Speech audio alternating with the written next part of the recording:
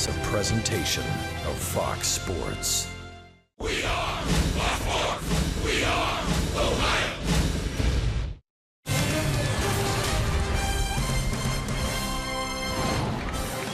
Big pitch right here for Phillips and the Reds. 3-1 delivery. Driven into right center field, hit hard, and it's going to go to the wall and score 2 runs. Brandon Phillips has delivered the goods all year long. When given the chance, he does it again tonight. Reds lead by a run. Votto will take it himself. Wins the race to the bag, and the Reds a really, really nice win tonight. It was indeed Brandon Phillips that led the Reds to a second straight victory over the Marlins last night. If the Reds can reel in the fish tonight, it'll be an ever-elusive 4-game series victory here at Great American Ballpark. And hi again, everyone. Alongside Chris Welsh, I'm Jim Day. Thanks for joining us for Reds Baseball. Well, we just saw Brandon Phillips with the game-winning hit last night, but he did it defensively as well. A couple of really nice plays, one outstanding. Well, one was really great play because it was D. Gordon running down the line, but I mean, just every time you make a great play out there, it's important to the pitcher on the mound. But when you back it up with a couple of hits like this, had a double in the 4th inning, another double in the 7th inning, the Reds needed that. They were down by a run at the time, turned everything around. Defense, offense, Brandon Phillips was getting it done last night. Just beautiful play right there. Able to get enough mustard on that throw, which was tough. And since July 6th, Chris, his numbers have been pretty steady. You know, every player throughout the season gets hot, they get cold, they get injured, they don't play to their ability. You know, Brandon's been like that. He's been battling some injuries all year long. Turf toe, his sore knee made him sit for a couple of days this week. But boy, has he come back overall since the middle of July. There's more snap in his swing. He's driving the ball. If you really look at his swing on that double that he hit the right center field, stayed behind that ball and really drive it. I'm expecting him to do a little more of that when he gets his pitch. Pitching matchup is a rematch of what we saw in South Florida, and Dan Straley, he has been the most consistent Reds pitcher this season. But you know, when you talk about the rematch, you can't get 2 pitchers that are different in their styles than what you're seeing tonight. Dan Straley, the control pitcher, changing speeds, a lot of curveballs, sliders, and changeups. And then you're going to have Jose Fernandez, 24 years old, 240 pounds of fire and fastball up there. 96 miles an hour is where his fastball sits as an average. He's got probably the best breaking ball this side of Steven Strasburg, and he's got strikeouts just right up there next to Steven Strasburg. So the Reds ought to get to him early if they can get to him. But this is a very intriguing matchup because you've got 2 very successful pitchers doing it in different ways. And look out, right-handed hitters. Something's got to give. Jeff Piquero has that story on the other side. It's Game 4 of 4. Reds and Marlins coming up on Fox Sports Ohio.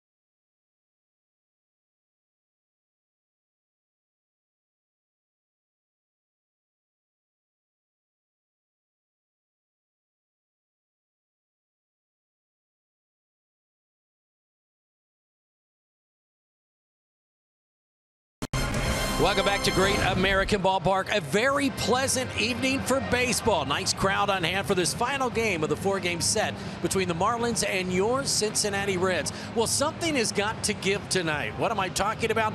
Well, Jose Fernandez is on the mound, and boy, he is pretty hard against right-handers. What am I talking about, right-handed hitters? How about a 193 opponent's batting average for this right-handed hitters? That's 4th best in Major League Baseball. He's also struck out 44% of those right-handed hitters, which is 1st in all of Major League Baseball. Oh, but what about the Reds, you might ask? The Reds, on the other hand, have been fantastic. Right-handed hitters are hitting since July 20th, 288 versus right-handed pitchers. That's the best in all of Major League Baseball. So that kind of balances the scales. Who wins out, you're going to have to wait and see. But the Reds also have a couple of other aces up their sleeve because they've got some pretty good left-handed hitters. Billy and Joey that hit right-handers well as well. There's also another guy pitching, Dan Straley. Fernandez and Straley up next.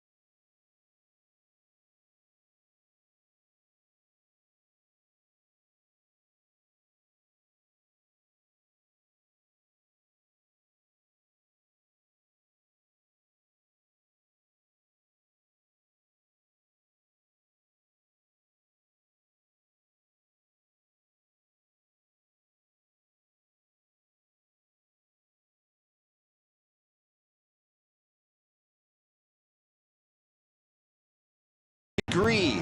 Game time temperature. Still humid. Cloudy skies overhead, but no rain in the area right now. We are set for game 4 before game set. Reds and Marlins. Righty Dan Straley back to the hill. Quality starts. He's been lighting up that stat all season long. Well, he has, you know, and he does not let the lack of an overpowering fastball affect the way he goes about his business. As a matter of fact, I think he uses it to his advantage. When he does throw that fastball, he doesn't even try to sink it down the zone. He throws it high above the strike zone. He's got a really good array of off-speed pitches, and he's on quite a roll, believing in himself right now, and he's been solid all year long for this Reds ball club. First pitch to D. Gordon, ball 1. D. Gordon 1 for 5 here last night. But he continues to hit well on the road. He's got an 11-game hitting streak on the road. Came back in late July from the 80-game PED suspension. And a fly ball center field. That's Billy Hamilton back in the starting lineup in center field. And 1 out.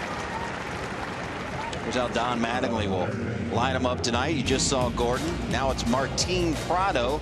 3, 4, and 5 are Yelich, Ozuna, and Ichiro. Chris Johnson will make the start at first base tonight. Jeff Mathis behind the plate for Real Muto. Echeverria at shortstop, and on the hill, Jose Fernandez batting ninth. So 3 pitches in and 1 out for Dan Straley, and now the first pitch to Martin Prado. A lot of strikes out of Straley. That's one of the first things you're going to see for a guy that, you know, needs to. He nibbled early in the year. Now he's coming right after hitters. I think as his confidence gets better and better, so does his aggressiveness in the strike zone. Since July 21st, Martin Prado, 374 batting average, 6 doubles, a triple, 4 home runs, and 23 runs driven in 26 games. 1-1 pitch to Martin Prado. Votto, a diving stop. Off balance flip, and Straley makes a nice catch on the other end for the 3-1 putout. Prado trying to hit the ball really anywhere in the ballpark. He's very tough guy to defense from that standpoint. Votto makes a nice play right here. Goes over to backhanded. He's got to go down on the ground to glove it. Now, the one good thing he does right here, he throws the ball a little bit offline, but he gets rid of the ball very quickly. So Straley doesn't get the ball and hit the bag at exactly the same time. That's a pretty nice defensive play. 2 outs now, and Christian Yelich will step to the dish. Left-handed hitting Yelich, .316 average, 13 home runs, 69 RBIs.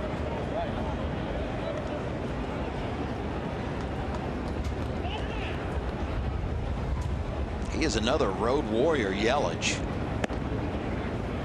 With a hit last night, his streak of reaching base safely on the road is 35 consecutive games. That's a club record.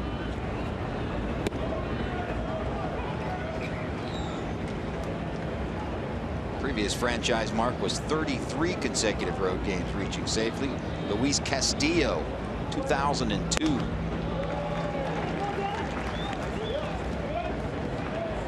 Balls, 2 strikes to the Marlins left fielder.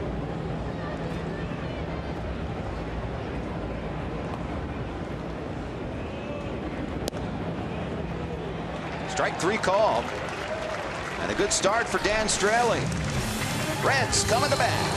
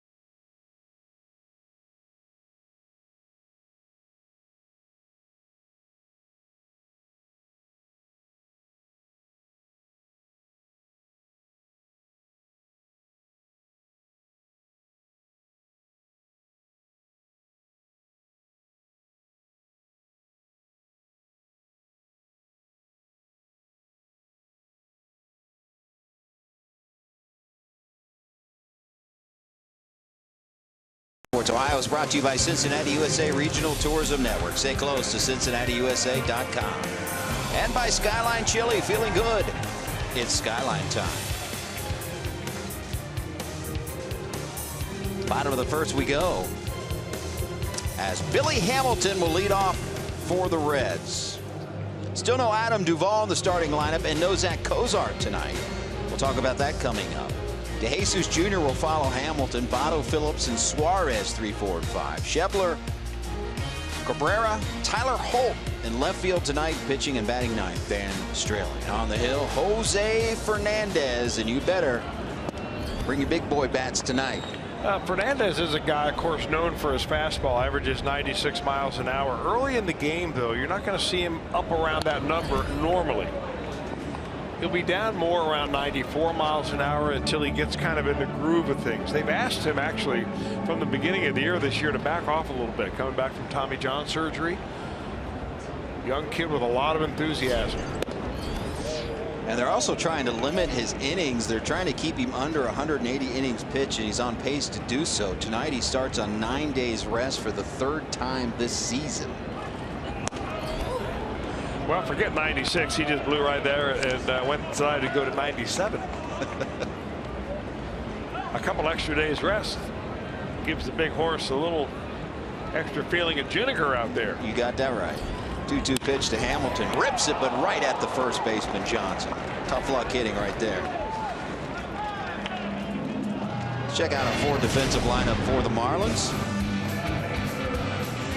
Around the outfield, it's Yelich in left, Ozuna in center, Ichiro in right, Prado, Echeverria, T. Gordon, Chris Johnson, who just made the play at first base, Mathis tonight hanging the signs for Jose Fernandez. Chris Johnson, already seen him hit a home run in this game. Back in the starting lineup tonight at first base. Now Ivan De Jesus Jr. playing shortstop tonight. Brian Price talked about Zach Cozart before the game. His surgically repaired knee at times is still giving him issues. Also has a bit of an Achilles issue as well as De Jesus singles into center field. So it's one of those things that Cozart's knee injury was so significant that we're still not far enough removed that he's not going to have some issues from time to time. It's been ailing him, and Brian Price simply wanted to give him a day at least. It's a smart thing to do. I mean, at this time of year, guys need a rest even if they don't have a sore knee. Very difficult to play every day. The heat, the humidity, the routine nowadays is more demanding than it's ever been before. Guys get to the ballpark at noon.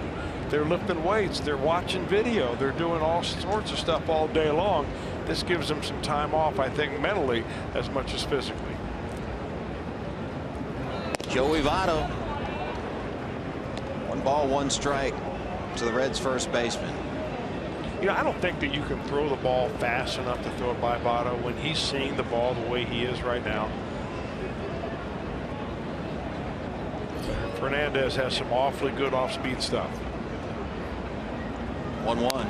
Foul back. Fernandez has been good against Votto overall in his career. Joey just 1 for 10 off of Fernandez, 4 strikeouts. Well, Fernandez is one of those few right-handers that can control the first base side of home plate.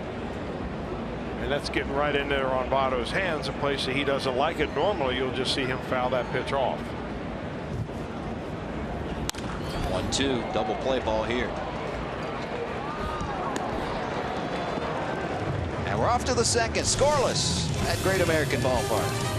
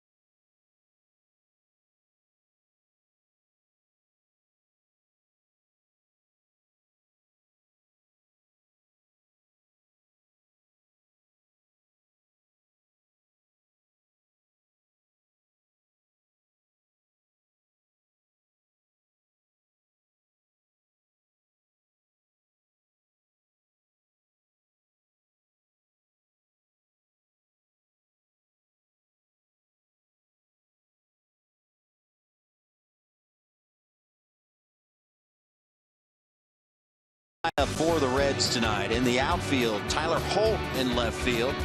Billy Hamilton back in the starting lineup in center. Schebler in right. Suarez, DeJesus Jr., Phillips, Votto, Cabrera behind the plate, and Dan Straley on the hill. Last time out, Dan Straley went just 5 1/3 in Milwaukee. It snapped his quality start streak. Right back at Straley. He'll make the play, but we'll see where that ball hit him. Looks like he's all right. Hard hit ball off the bat of Marcell Ozuna. I mean, right back at Straley, all he had to do was cover up right there. I think it got him on a kind of big part of his body.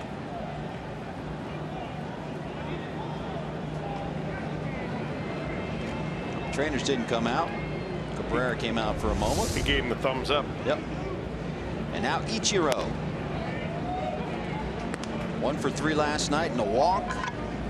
2 for 11 in the series, sitting on 3,005 hits. He's a couple behind Al Kaline for 28th on the all-time list, which is amazing in the fact that he didn't get his first major league hit till he was 27 years of age.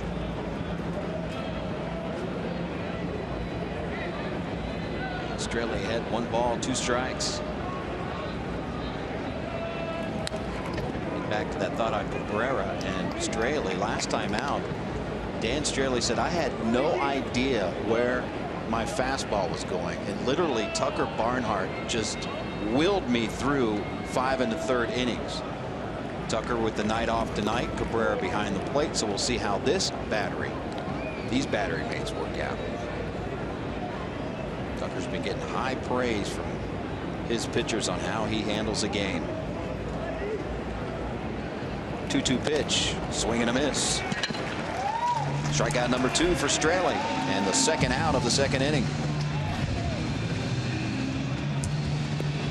Back-to-back strikeouts now for the Reds pitcher, and he does a lot with fastballs that, you look at the radar gun, it's 89 miles an hour.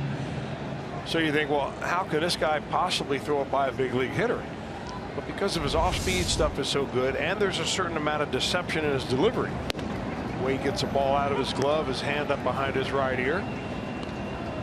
Kind of a quick arm delivery, and that 89 looks like it's 95. Chris Johnson rips one into left field for a base hit. So a 2-out single for the Marlins. We talked about in the open how this is a rematch from an earlier trip to South Florida for the Reds, and since then, you look at the numbers. Dan Straley 4-0 with a 2.13 ERA since, and that opponent's batting average still low. He's one of the league leaders in holding opponent's batting averages down. Look at those strikeouts for Jose Fernandez. Well, you know, the thing with strikeouts in Fernandez, and actually the Marlins are trying to get him not to strike batters out. Yeah. They want him to conserve those pitches. I mean, pitch innings are one thing. Don Mattingly, though, has had a conversation with him, so you know it's okay to have a lot of strikeouts. Clayton Kershaw has a lot of strikeouts, and Mattingly, of course, witnessed that up close and personal as manager of the Dodgers. But he says you can't go no balls and 2 strikes and then look up and now you're in a 3-2 count.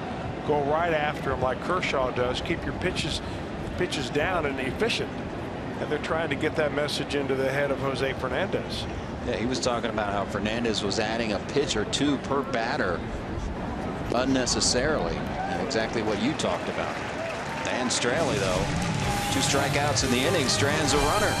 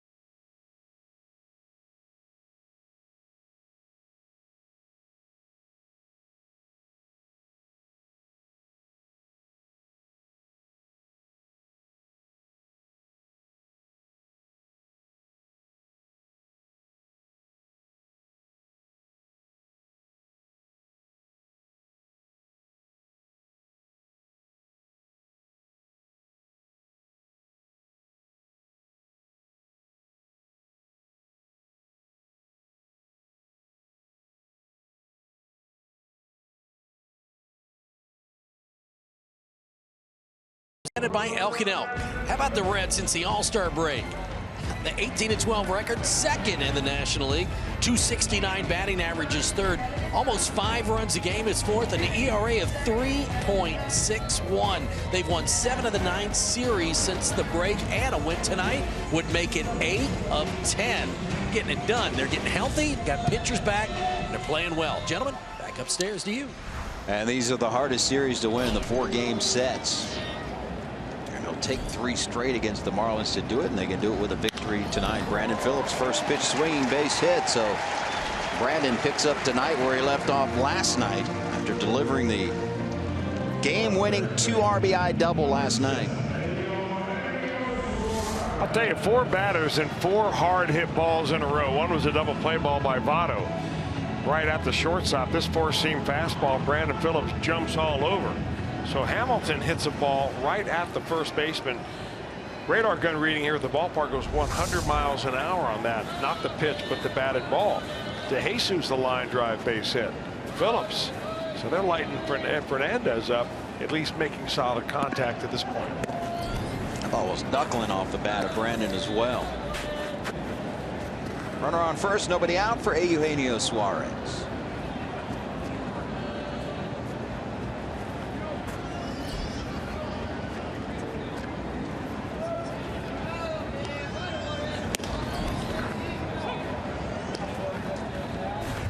Jose Fernandez, a strikeout machine. Enters tonight's start with 198 strikeouts. 2 strikeouts shy of becoming the 6th Marlins pitcher to record at least 200 strikeouts in a single season.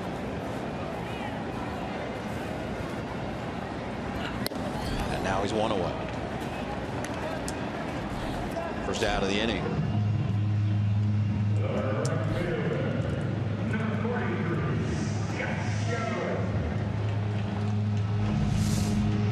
Well, again, Fernandez, when he throws the fastball, almost all of his fastballs are 4-seam fastballs. Now, the difference is the 2-seam fastball is a sinker ball pitcher's fastball. Mike Leake type, okay?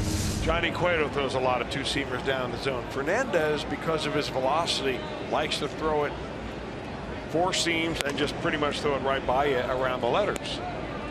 Straley throws a lot of 4-seam fastballs, but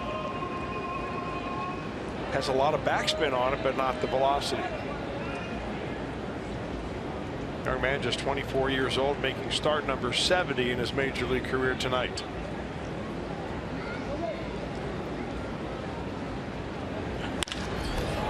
Ripped into right field by Schebler. Phillips will stop at second base, so first and second, 1 out for the Reds here in the bottom of the second. You know, he doesn't look like he's fooling anybody tonight.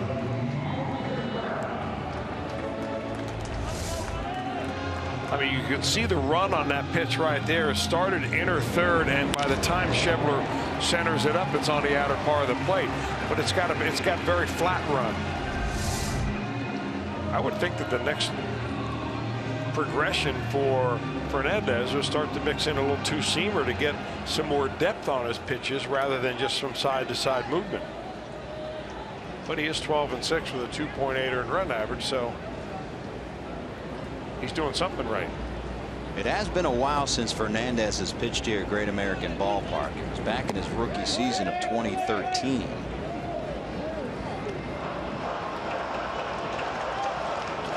He went 4 innings, allowed 5 runs on 6 hits and 3 walks. Struck out only 4 that day. April 18th, 2013. But overall, in his career as Cabrera, since way in the right field, and that one is out of here. 3-run home run, Ramon Cabrera.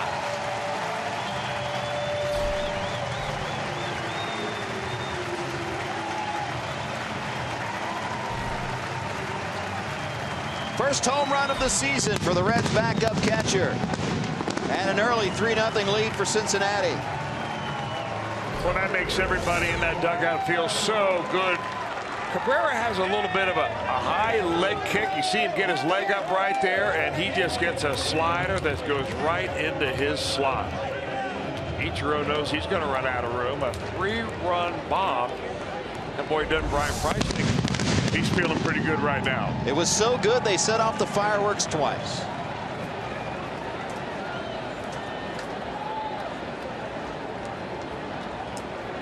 Second career home run for Cabrera. And a big boost when you're facing Jose Fernandez. What a good time to come up with your first dinger of the year. I mean, if this game so far doesn't put an exclamation point on the fact, and that's a pretty good swing that Ramon Cabrera puts on it. His dad, Alex, a prodigious home run hitter, will be proud of that one. I mean, just what we've seen so far, small sample size, just an inning and a third on the part of Fernandez, 2 innings on the part of Dan Straley. That throwing the ball hard doesn't mean squat in the big leagues anymore. Unless you're getting drafted. Well, then it really helps. 0-2 pitch to Tyler Holt. Chris Johnson makes another fine play. It's another line drive. I mean, if you line both of these pitchers up, and I'm not telling you that Dan Straley's a better pitcher or at the end of his career will be better than Jose Fernandez, but it just goes to show you that for all the success Fernandez has, and he's a bona fide power pitcher, obviously, you can get it done other ways. Well, let's see if Straley can get his first big league hit.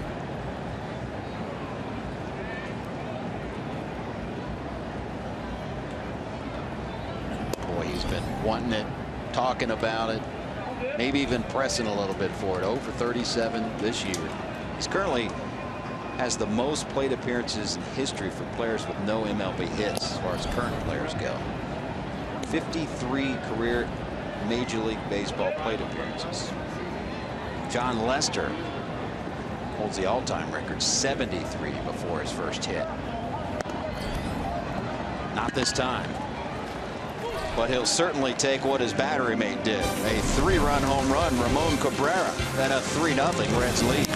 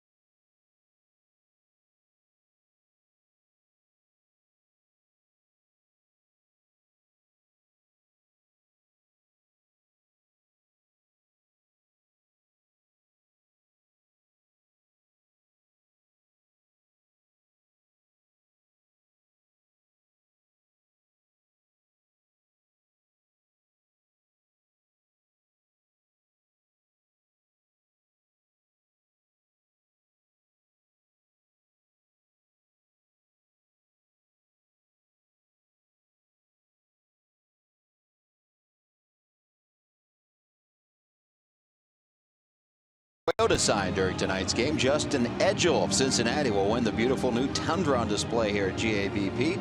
You can register for your chance to win at an upcoming game by seeing your Cincinnati and Northern Kentucky Toyota dealers.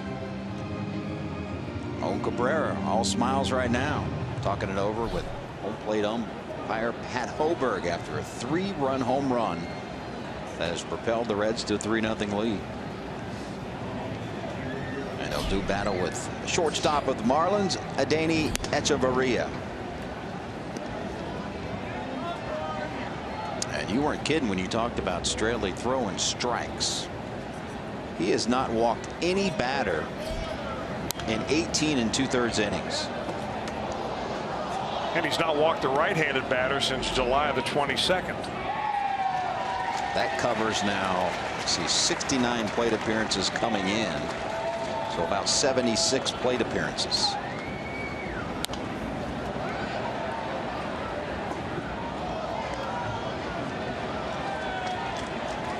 And again, proof positive. You do not have to throw 95 to get it done. A true pitcher in every sense of the word. 1-2 pitch. DeJesus gloves it. 1 out.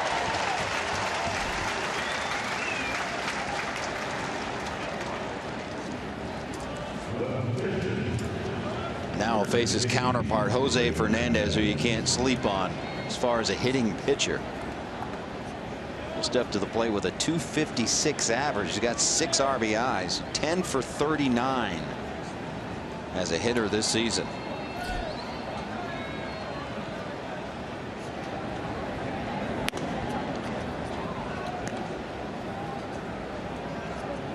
And perhaps you could relate his solid hitting for a pitcher being a youngster in Cuba.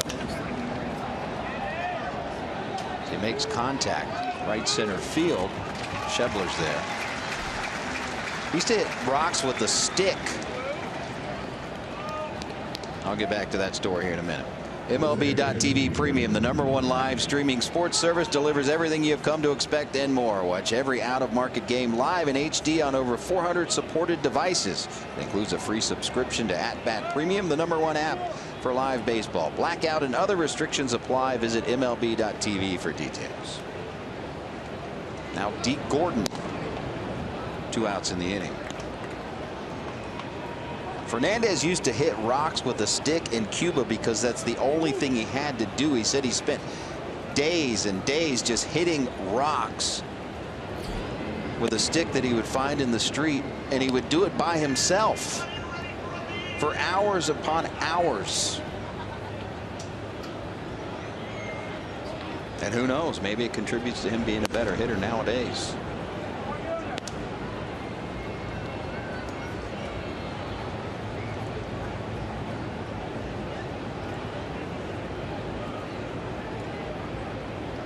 Two-one pitch to Deke Gordon.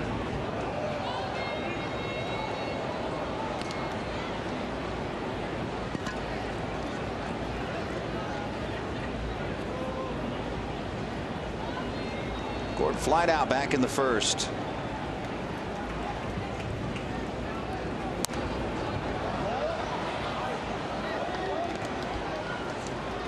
Deke Gordon, after the 80-game performance-enhancing suspension, which he tested positive for 2 performance enhancers, will not be eligible for the postseason should the Marlins get there. And with the back-to-back losses to the Reds in this series, they are now 2 games behind St. Louis for the second wild card spot. They're having a rough time here in the month of August. They've won 5 and lost 10.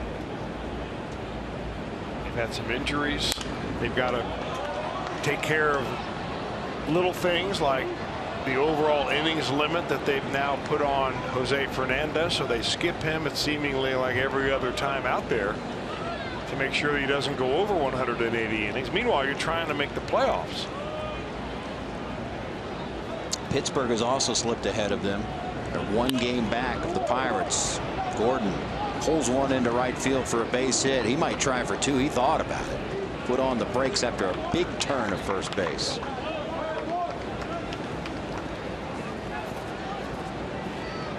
Second hit given up by Dan Straley.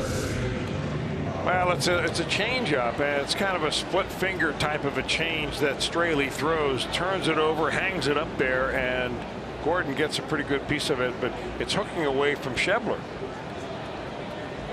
And the fact that it was hit softly, and Schebler not known for a tremendous arm, this combination right there is that Gordon thought for a moment he'd go to second. Well, now the cat and mouse game. Deke Gordon, 14 steals, 19 attempts, but he won't get a chance this time as Martin Prado flies out to center to end the third. Reds with a 3-0 lead.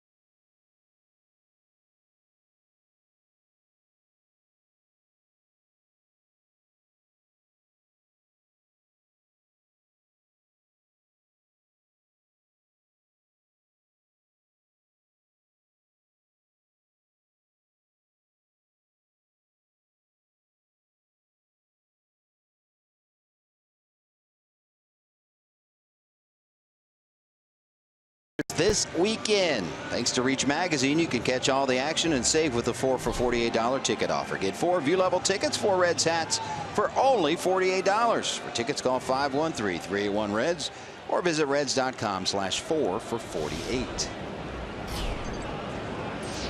Back to the top of the lineup for the Reds, Billy Hamilton versus Jose Fernandez. Hamilton hit a ball hard right at first baseman Chris Johnson back in the first.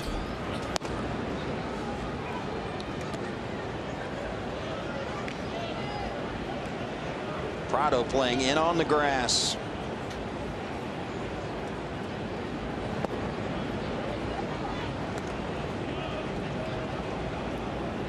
Two balls, one strike to Billy.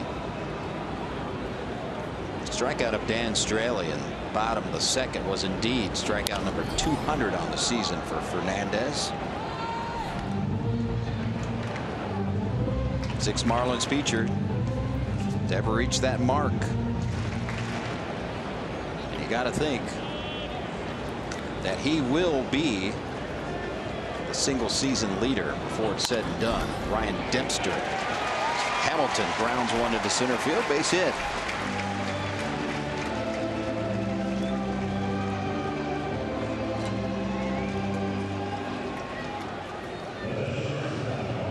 Our IGS bringing the energy has to do with Billy Hamilton.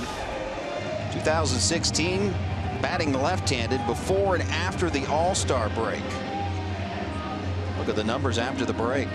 372 from his non-natural left-handed hitting side.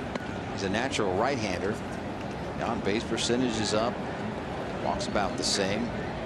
And less plate appearances as well. And this is the first time in his career that Billy has a higher batting average from the left-hand side than the right-hand side.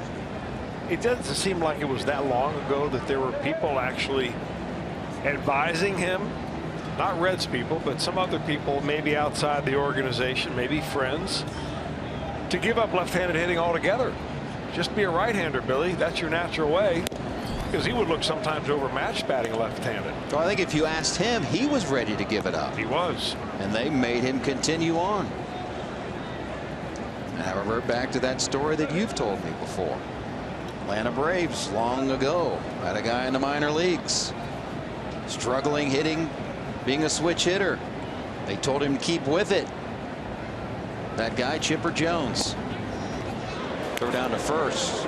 Close play. In Chipper's case, it was kind of interesting. He was the #1 pick in the country that year. He went down there and he struggled in the minor leagues, and he told his coach, I can't do it anymore. I'm just going to bat right-handed. My confidence is gone. So I guess the reports didn't flow as fast as they do nowadays. And a week or so goes by and they get wind of that in Atlanta, and they send somebody down and they fire the manager. Say, how could you let that happen?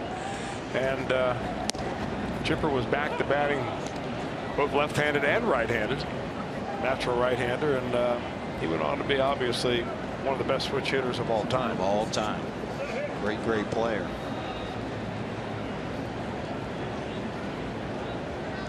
.51 steals on the season for Billy Hamilton and 58 attempts.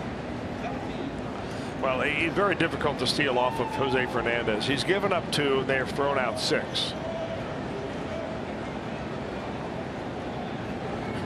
You can see how quick his move is to the plate. It's almost a slide step every time. And he doesn't lose much off the power either.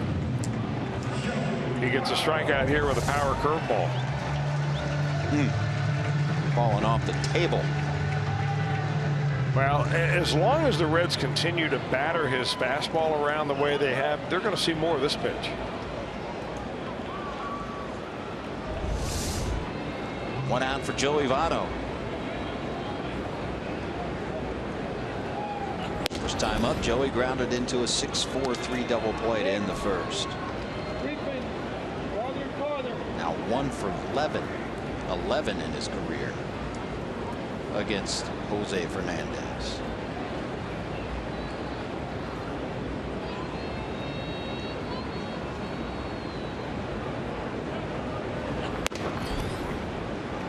He does get it to the plate quickly. Hamilton's the first Reds runner with 16 or more stolen bases in consecutive calendar months.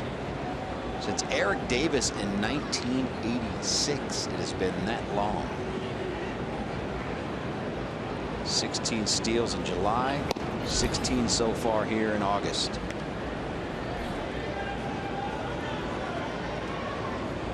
They're hitting the wall on Monday night, running into the wall. A couple days off from the starting lineup. Pinch hit here last night. Got on base with an infield single.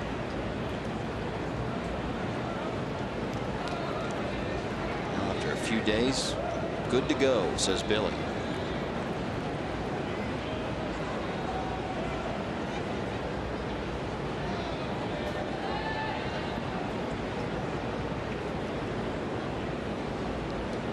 Two-one pitch to Votto. Outside, 3-1.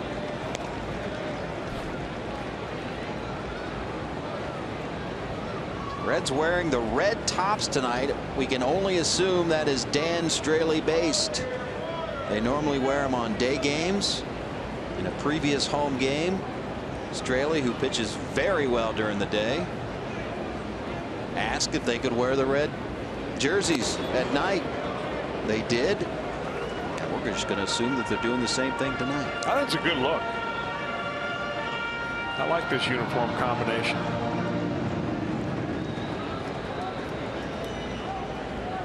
Whatever makes the starting pitcher feel most comfortable. Well, 10 runs. It's a good start. That'll be a good start. 3 is a good start off of Jose Fernandez.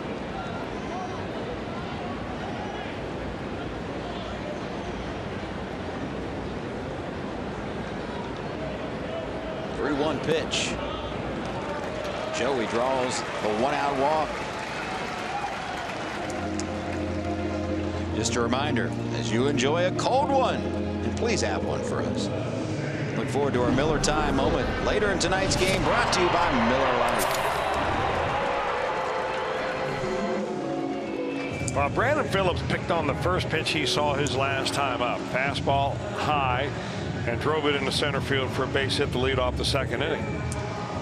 I got to figure that Fernandez right now is, if not shocked, he's at least mystified that the Reds are being able to center up his fastball, because after 8 days of rest between starts, he has to figure he feels very strong. He's thrown 97 in the first inning, but it hasn't really done him any good. See how he goes after Brandon here. 2 on, 1 out. Fooled him on the first pitch. What a big hit it was last night. Reds were down a run. 2 RBI double for Brandon, which proved to be the game winner.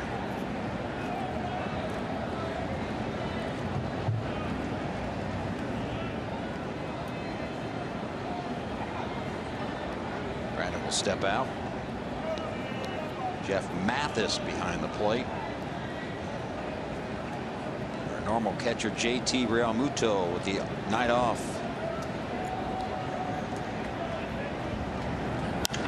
Phillips into center field again. This time they'll be run down by Ozuna. Billy tags up, coming to third. The throw gets through. Here comes Billy to the plate. Forget it. Billy ball.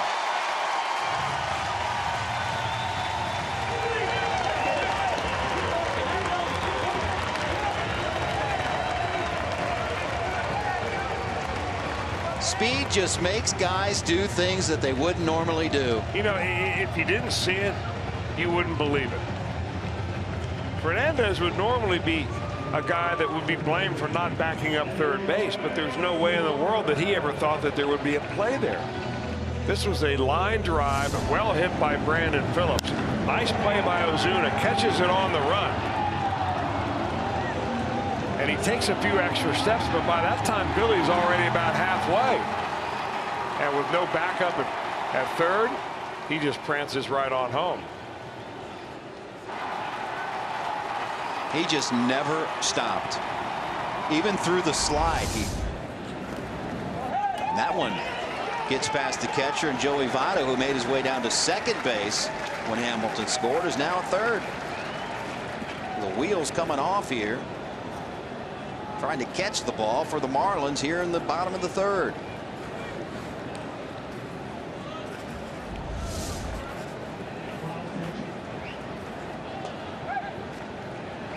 That play that allowed Hamilton to score E8. Suarez. This will go to the wall. It'll score Votto. Eugenio, RBI double. And it's 5-0 Cincinnati.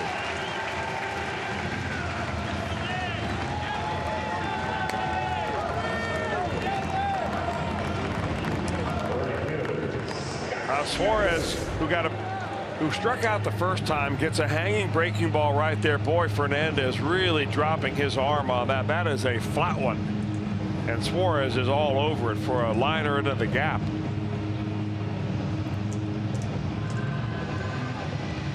RBI number 59 on the season for Suarez. I think what's happened here tonight with Jose Fernandez is that really from the very first hitter on, Billy Hamilton hit a line drive. It was an out to the first baseman. De Jesus hits a line drive. Votto squares it up, but it's a double play ball. And then the next inning, it really comes apart. Line drive by Phillips, line drive by Schebler, 3-run home run by Cabrera. So now Fernandez says, I got to throw even harder. And he's trying to throw harder and harder, even on that breaking ball. The harder you try to throw your breaking ball, usually the flatter it gets. Scott Schebler now, first time he ever faced Jose Fernandez, was back in the second. Clean base hit into right field, then scored on Ramon Cabrera's 3-run home run.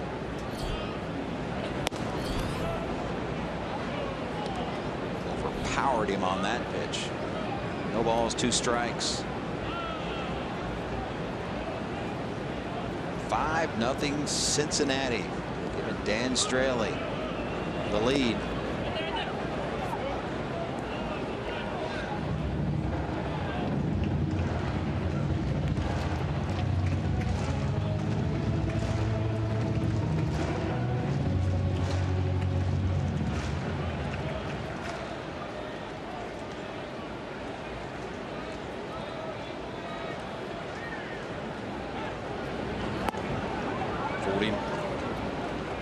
But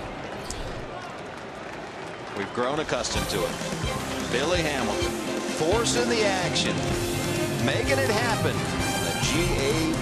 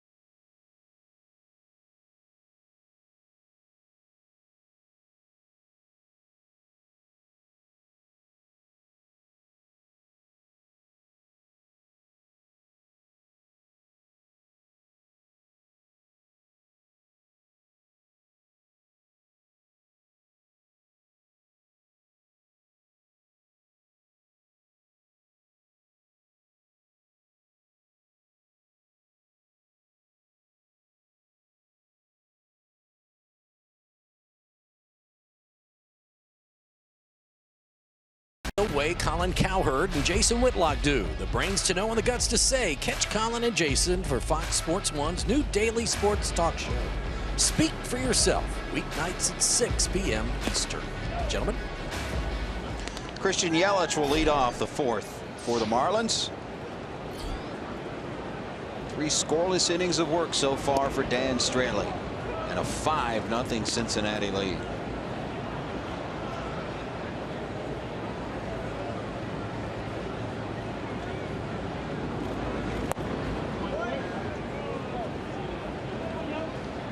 Usually not the favorite park for pitchers to pitch in. Fernandez is struggling tonight, but for whatever reason, Dan Straley loves the home cooking here at GABP. Coming in 3-1 record, 3.19 ERA at home. On the road, 5-5 with a 4.27 ERA. He's allowed less homers. 8 here, 11 on the road. Go figure, in a homer-happy park.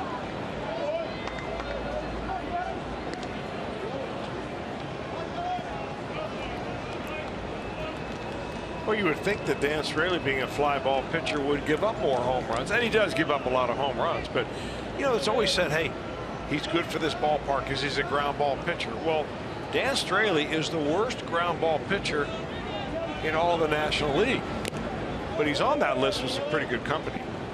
I mean, after all, when you're on the same list as, you know, Steven Strasburg, Scherzer, Brandon Finnegan's on that list, Adam Conley, the left-hander that the Reds were planning to see in this series before he was put on the disabled list with a index finger problem. So it just goes to show you the Straley's fly balls, though, a lot of them are just pop-ups, like the one we're about to see right here. Suarez reaches in and makes the catch.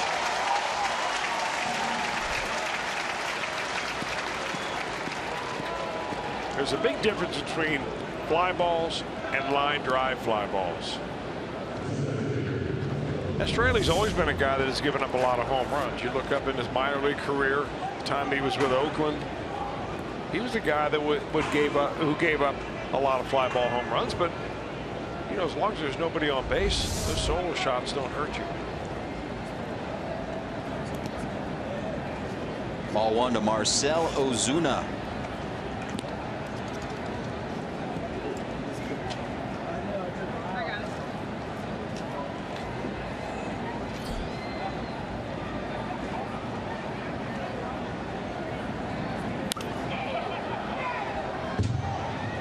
Ozuna hit his 21st home run here last night and is now too shy of matching his career high, which he set back in 2014.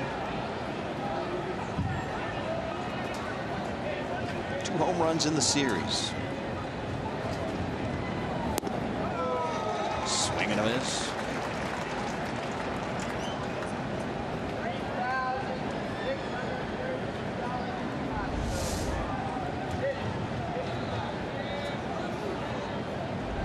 Downward tilt on that bad boy.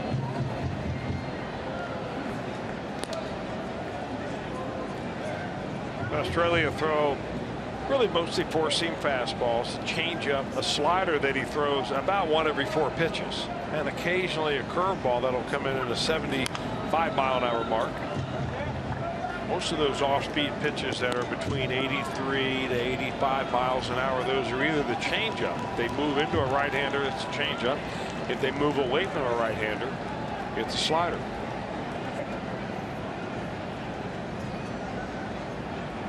Two balls, 2 strikes. Hard hit ball at Phillips, and it gets by. We'll see that very often. That ball was crushed. Phillips couldn't come up with it, and the base runner. 1 out here for the Marlins. And it was hit right at Brandon. I mean, it really was hit hard, as you said, Jim, and skipped on him a little bit. This is the time of year where the infield is really hard, even though the Reds have gotten a lot of rain. Talked to Brandon about the field, and he says it just, you were talking about this last night, I think. There are some spots that are softer than others, and if it hits one of those hard spots, which it might have done right there, it just rockets.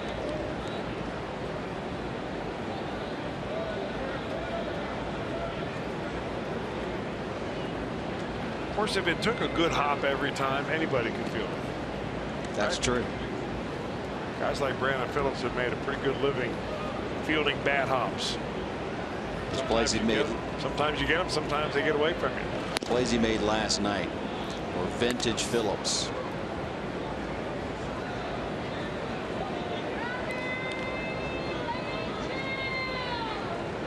One and one, the count to Ichiro Suzuki. Straley struck out his first time up.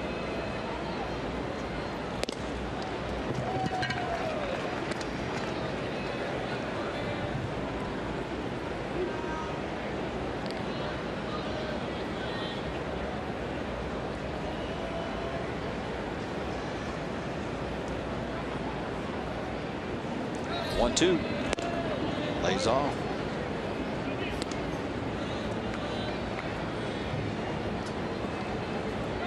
Ichiro 2 for 12 in the series and his first 2 hits ever at Great American Ballpark.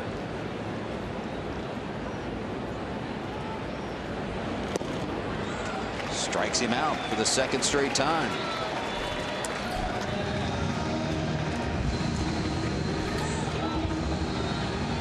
Now the Marlins did not take batting practice today, and that's a great changeup right there. Great arm action. Sold the fastball. You see the not really a split finger changeup. It's more of kind of a modified circle change that he throws. But Don Mattingly did that a lot with the Dodgers, and he had great results by giving guys off batting practice every once in a while. Hot, humid days on the road. They're leaving tonight. They will play this weekend in Pittsburgh. They have not figured out a way to hit Dan Straley so far. Mattingly and his crew just trying to weather the storm here in August. Getting away from them a little bit.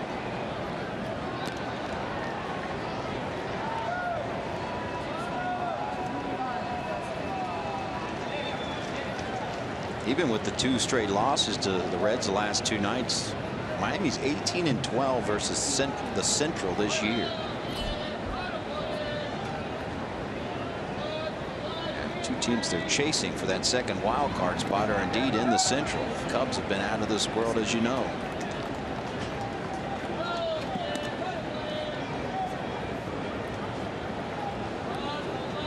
They're also 17-9 versus the West this year, but they've had trouble in their own division. 6 games under 500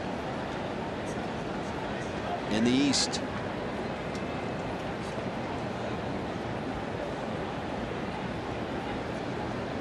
One-two pitch. Strike 3 called.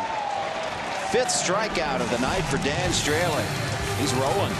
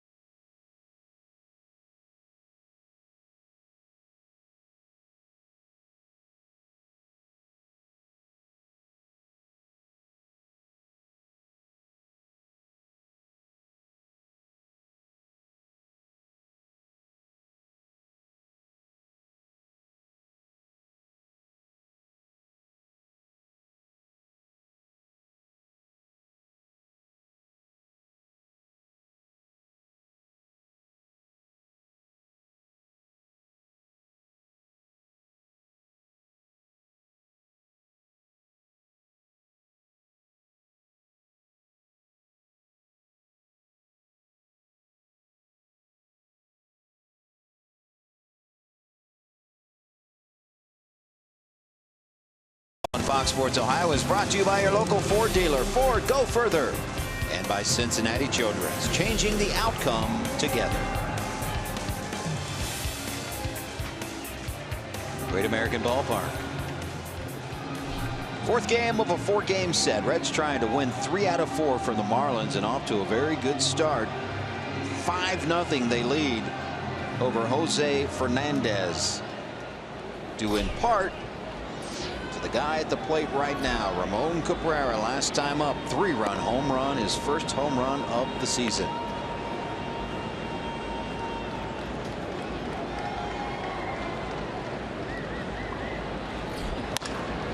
Switch hitting backup catcher lines it right at Echeverria for the first out here in the 4th. Another line drive. They're peppering Fernandez with line drives. I mean, I know he's stunned. I think Don Mattingly is stunned, because normally when you send Jose Fernandez out on the mound, I mean, after all, he's 12-6 on the year. Don Mattingly's figuring, well, tonight we're going to save our bullpen probably. We have a really good chance of winning the ball game. And you look up and you're in the bottom of the 4th inning. You're down 5-zip. And your pitcher's already looking at about 55 pitches, not even through the 4th inning yet. And the Reds have been doing it in this series without some regulars in the lineup. Phillips made his return last night. Duvall fouled a ball off his foot Monday night, is yet to return. There's Adam. We didn't even see him in the dugout last night. He's been in a walking boot for the last couple of days. They wanted to just keep the foot immobilized. It just caught him in a really bad spot. But today he did take batting practice and looked pretty good doing it. So I'm going to assume that he's going to be available should they need him in a pinch hit role, because he didn't look like he was suffering any ill effects, at least in BP. He's sitting next to Zach Cozart. If you're just picking up the game, he is out of the starting lineup tonight. Knee, surgically repaired knee, still gives him troubles from time to time, and getting a spell tonight.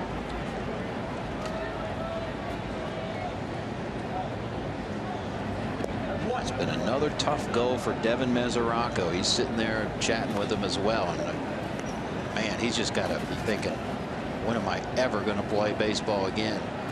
He's doing a lot of watching. Had surgery now on both hips, shoulder, out for the season again.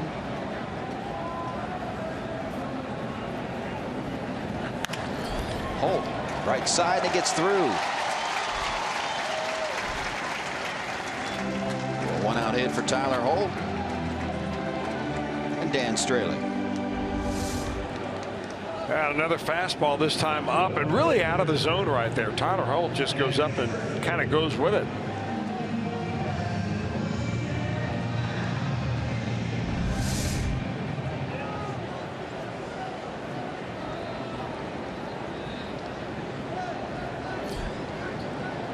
Dan Straley hasn't been able to notch a hit, but one thing he can do is bunt.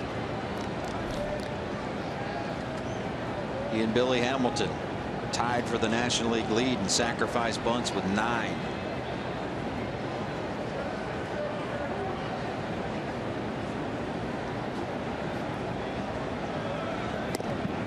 Pulls it back, strike call.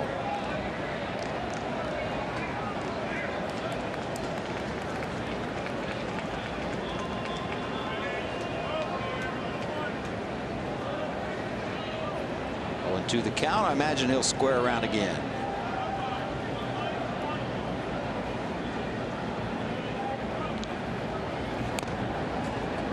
Foul ball and an out. So Straley doesn't get the job done this time. 2 outs in the inning. Hey, Great American Ballpark, your family day destination this Sunday, thanks to Klosterman Bakery. Get half-price Reds tickets, enjoy live mascot races, face painters, games, and more. Plus, kids 14 and younger will get a Billy Hamilton fat head thanks to PNC Bank. For tickets, call 513-381-REDS or visit reds.com.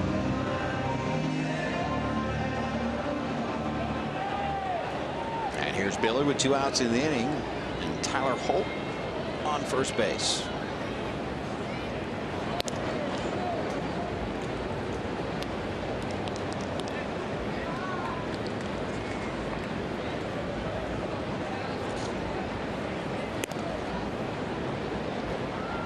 And is paying close attention to Holt.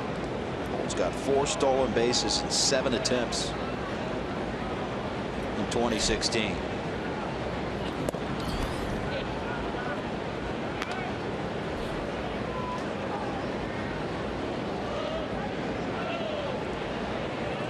The signs from Billy Hatcher down at third base.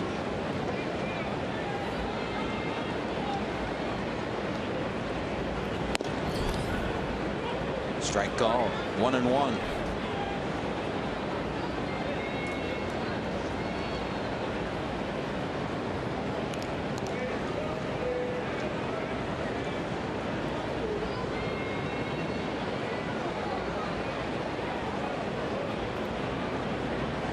One pitch. Fouled off. We're going to take another look at the play that Billy Hamilton had last inning, where he scores on a tag up to third base. Line drive to Ozuna.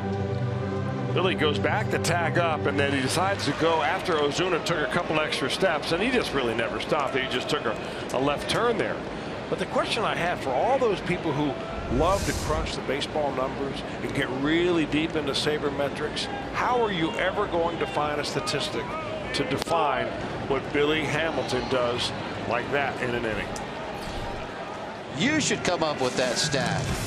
Let's work on it in the break.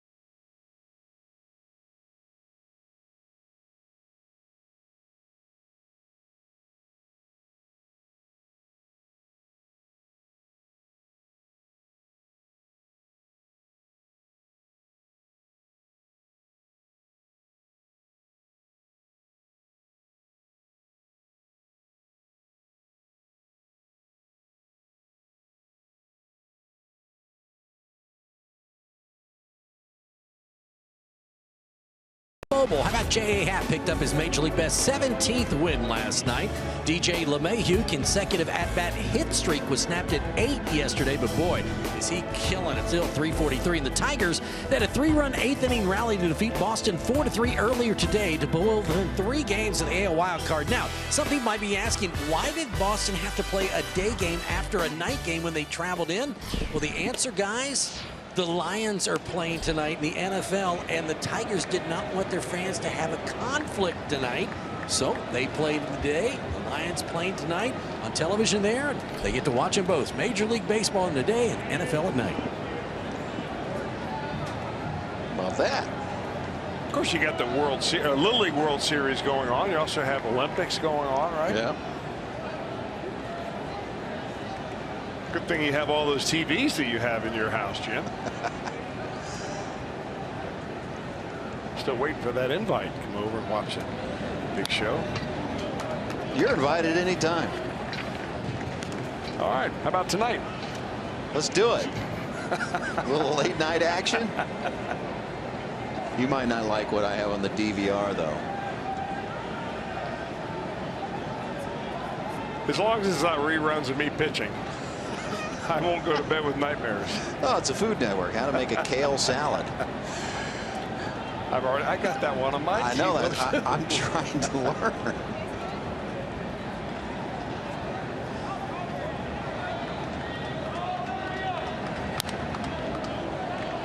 I had a guy write me on social media and said that his wife was mad at him because he was watching the Reds on the good TV as opposed to the Olympics.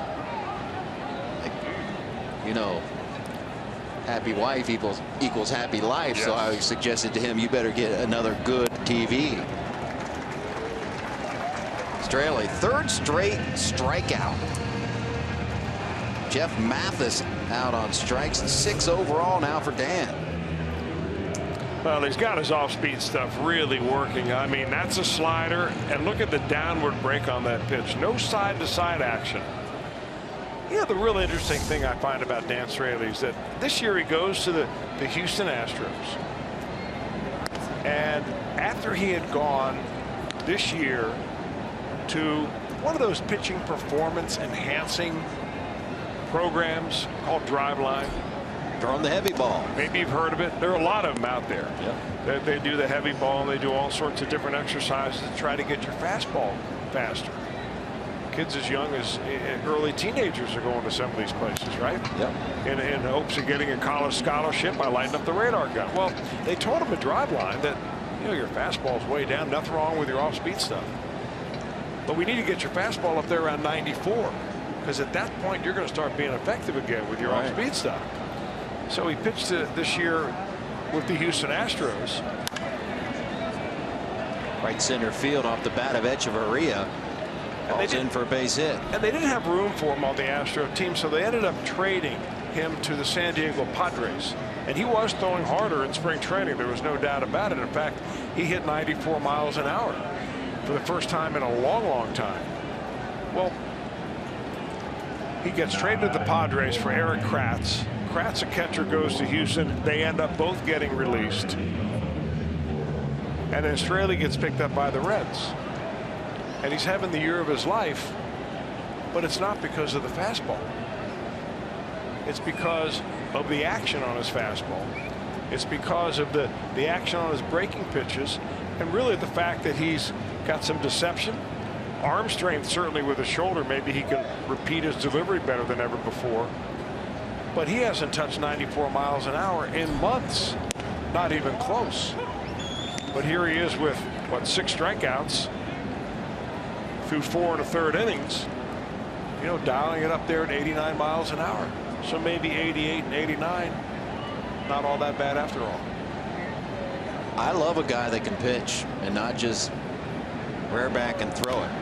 Obviously, those guys that can rear back and throw it, if you've got that and you've got the offseason stuff working, obviously you're going to be one of the premier pitchers in the game. But Dan Straley is a pleasure to watch night in and night out. You're right. We did a little thing in the pregame show, Jeff Brantley, and the Cowboys say, you know, he's a pitcher's pitcher. Yeah. And it's very true. Yep. This is Robert Andino, pinch hitter. So Jose Fernandez's night is done.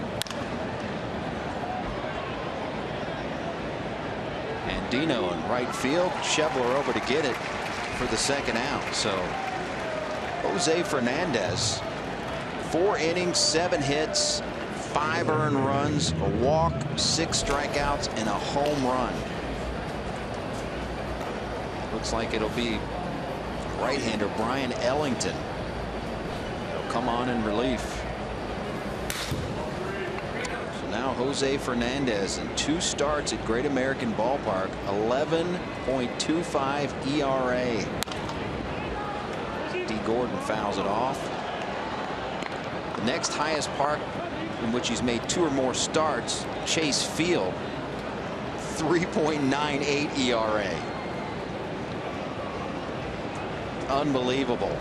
But when you want to talk about home cooking at Marlins Park, Jose Fernandez, 26-2, a 1.62 career ERA.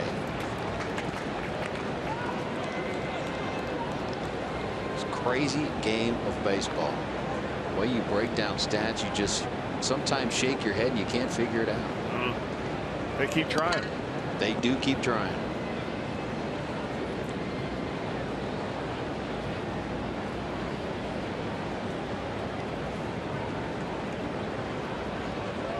balls, 2 strikes to D. Gordon. That's really unbelievable. Chase Field, 3.98 ERA. Here at Great American, 11.25 in 2 starts.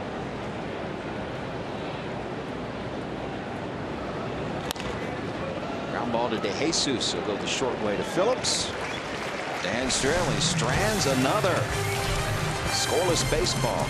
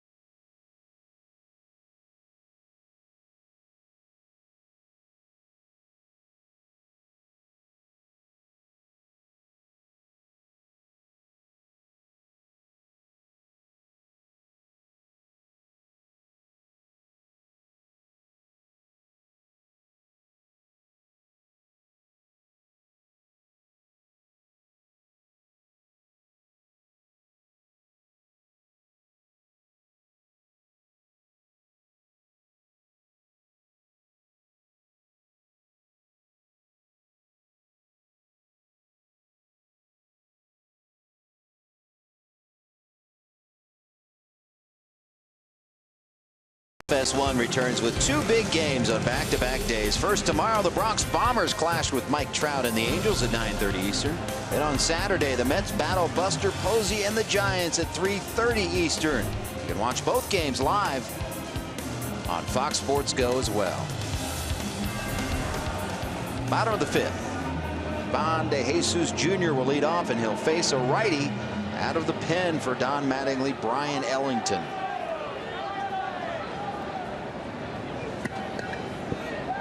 Well, this bullpen for the Marlins, have they have ever been overworked in this series?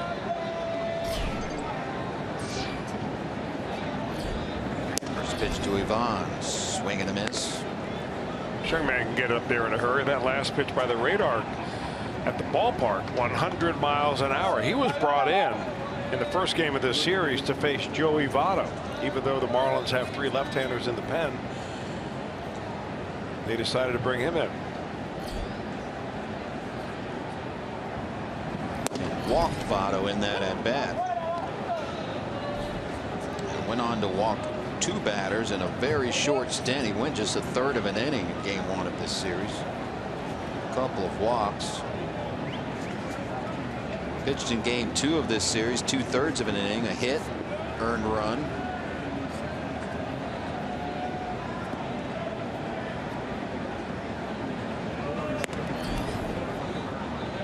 Ellington gets DeJesus, though, for out number 1 here in the 5th. Time to congratulate a local product who will be making his major league debut tomorrow night when he starts a game for the Milwaukee Brewers against Seattle.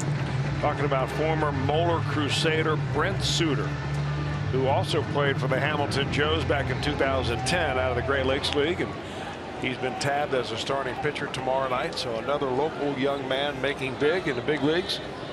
Suter went to Moeller, then went on to Harvard, where he graduated, drafted and came up through the Brewers organization. Drafted in 2012, was the 31st round pick. Wow. So we congratulate Brent and wish him good luck. That's making it the hard way. Harvard. He was actually pitched his first 3 years over at Moeller. That's when Mike Cameron, who's the official scorer tonight, was at Moeller, and Tim Held took over his senior year. So he's Tim Held's first product out of Moeller to make the major leagues. Congratulations to both of them. Very nice. Very nice. Program that Moeller program has been. And congratulations to the Great Lake League, another alumni going to the show.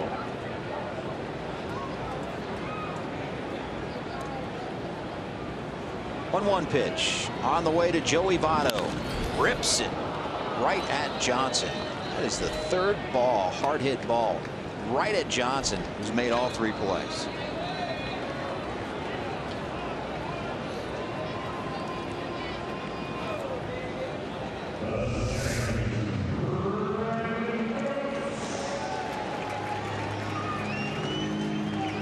We'll see Joey pull him often like that.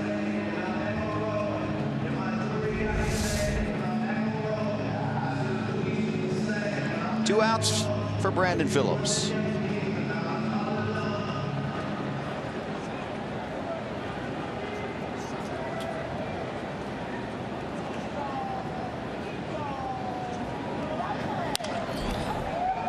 In the air. Right field. D. Gordon calls everyone off and drops the ball.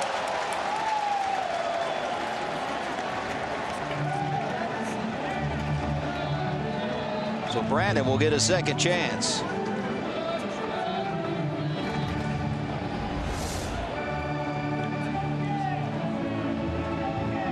Well, if he thought he was closer to the tarp than he was.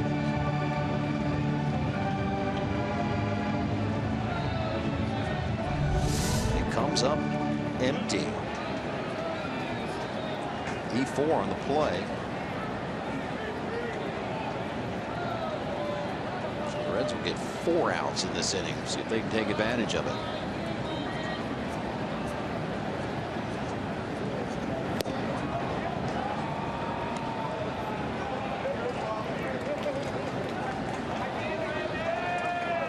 Brandon singled in the second, scored a run. Season average sitting at 285.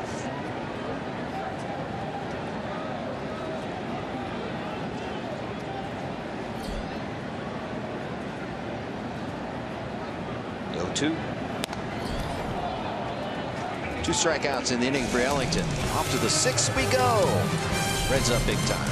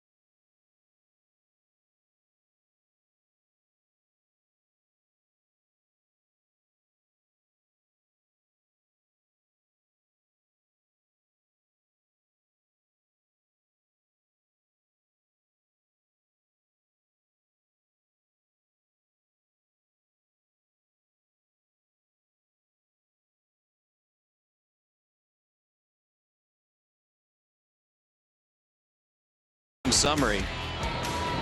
As offense waking up tonight, Ramon Cabrera, first home run of the season, second of his big league career, a 3-run home run off of Jose Fernandez. Set the tone for this one. Billy Hamilton doing what Billy Hamilton does best. Tagging up on a line drive to center field, forces a bad throw and scampers home. Eugenio Suarez. RBI single. Joey Votto had walked ahead of him. Votto scored. That's where we sit. 5-0. It's Dan Straley On for a 6th inning of work, facing Martin Prado. An off-speed pitch at 80 in there for a strike. I mean, just rolling right along is Dan Straley.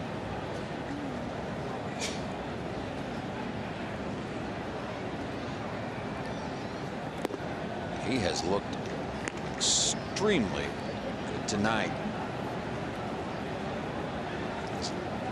He's held Prado in check so far, 0 for 2.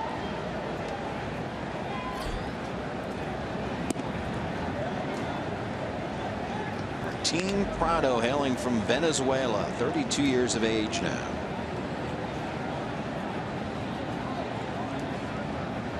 Acquired in that 5-player trade with the New York Yankees, in which the Marlins got a little bit better end of it. Prado with a base hit into right center field, so leadoff man on, but Straley's been so good, Chris. Yeah, a rare leadoff man on. In fact, I believe that's the first of the game against Straley. He's been good because he's been throwing a lot of first pitch strikes. He's been mixing up his pitches between fast and slow, and one goes in, one goes out. I mean, a little bit of this, a little bit of that, and that's the kind of night you have a lot of fun when you're on the pitching rubber. Just the 4th hit off of Straley. And now Christian Yelich. Strikeout, foul out. This guy's a good young hitter, Christian Yelich.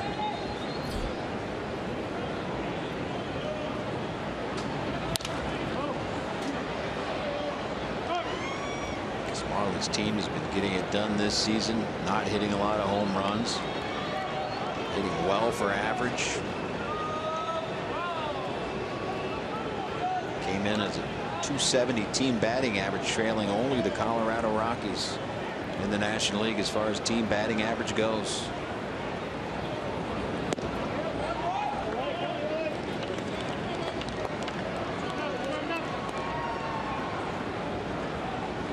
Giancarlo Stanton on the shelf for the rest of the regular season at least.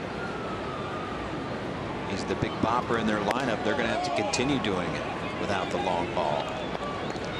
Well, they don't get many long balls down in Miami anyway. Yeah, I mean, at least those that would fall in the first 5 or 6 rows here at this ballpark are warning track shots down there. Barry Bonds, the hitting coach now for the Marlins, looking on.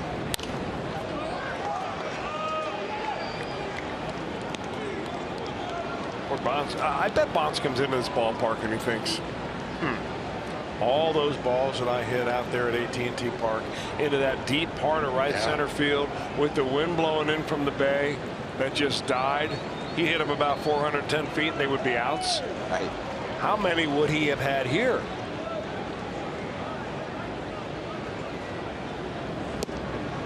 You know, when they first named him the hitting coach, I think it opened a lot of eyes, and people were wondering, is he really going to put the work in? Now, you seem to think that that's not in question at all. What reports have you been getting? I never thought there would be a problem. The one thing I thought was interesting is I don't believe that Don Mattingly knew that he was even in line to be named the hitting coach. Really? Until after it was a done deal.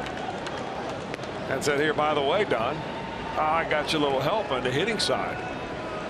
But for Bonds, he's a guy that always worked very hard at what he did. And he's got terrific, you know, we talked about the other day, baseball IQ, hitting IQ, the way he breaks it down, what his father, Bobby, taught him growing up about his approach at the plate. In my mind, the PEDs aside, the guy had the swing perfected. Got the barrel to the ball better than any hitter I've ever seen.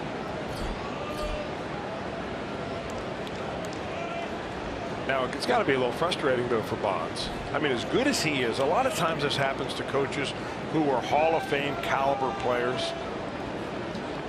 And this is my next question to you. This is exactly where I was going. And they ask a player of lesser talent to do more. And sometimes a player just can't do it. Right. That was the next thing I was going to say, is Yelich fouls yet another one off. That superstar players sometimes have trouble coaching the average player. The first time I ran into that, I was in college and I was being coached by Robin Roberts, and He said, lefty, anytime you get in trouble, you want to just reach back and add a foot to your fastball. I said, well, Coach, what you see now is all I got. And it's not very much. Straley wins a long battle with Christian Yelich. Second time he has struck Yelich out in this ball game. And finally, look at that changeup. My goodness. That thing is really working for him tonight. You may see the red jerseys on the road when Straley pitches. You may see a tech talk on that changeup coming up real soon. Let's do it. Marcell Ozuna. Long one to left field. And the Marlins are on the board.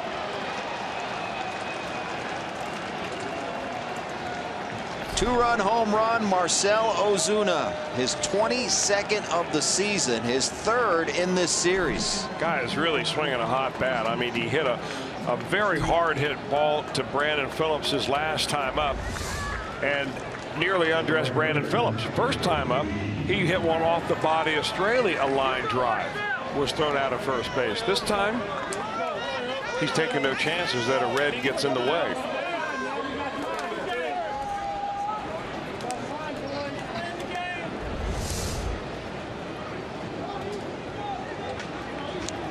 So now a 5-2 game.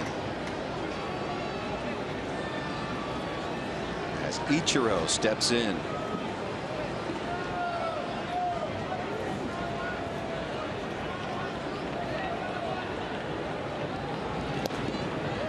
Ozuna now one home run shy of his career high.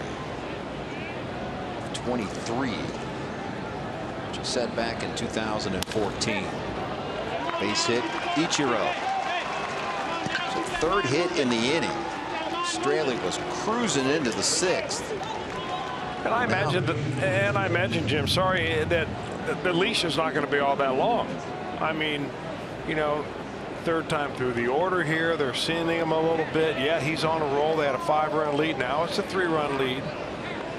You want to make sure that you get something going in the bullpen so that before this inning, if it were to really get out of hand, you have some help to be able to call in.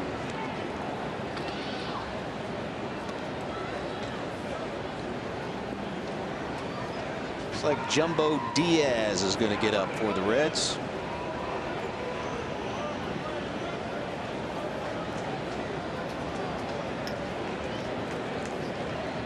Two already in. A man on first, one out. Chris Johnson.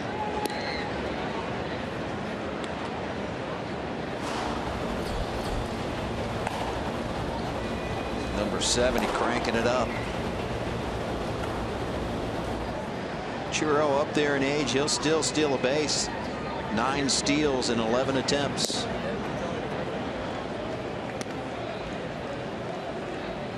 And he has not been an everyday player until Giancarlo Stanton went down with the season-ending groin injury. Don Mattingly has said, even though he thinks Ichiro was probably the best conditioned athlete on the team, even though he's 40+ years of age, they still want to watch his workload. They will have to give him days off, according to Don Mattingly. We'll see. You're in the playoff hunt. You squeeze every ounce of everything you can out of every player.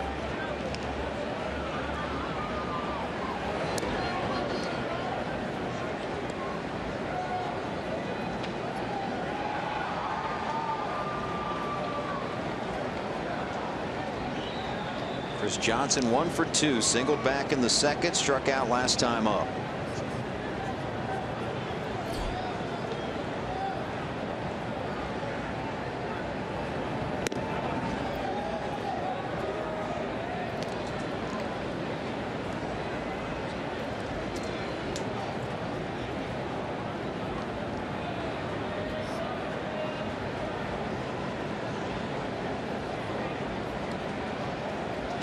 Mac Jenkins is going to take a trip to the hill here. Well, he's going to have 30 seconds to do that, and he's taking his time to go out there. So I think this is as much as buying time for Jumbo Diaz in the bullpen as it is in trying to get Straley on the right rail.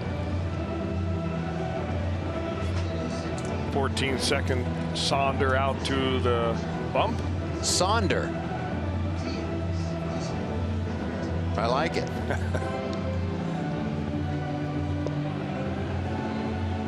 And make no mistake about it, Straley wants to stay in this ball game. Oh, yeah. Nobody wants to come out in the 6th inning.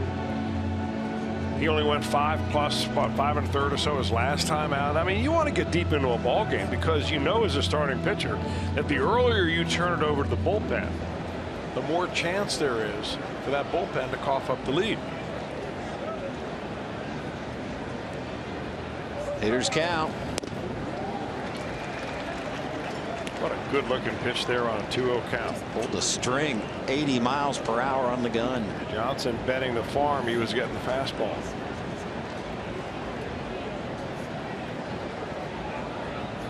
Two balls, one strike.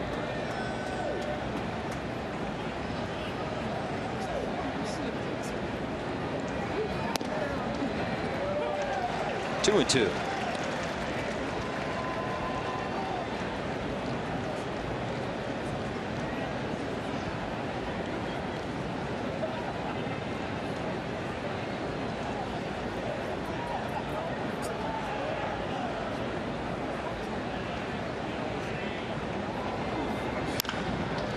Ground ball to Suarez. To Phillips on to Votto.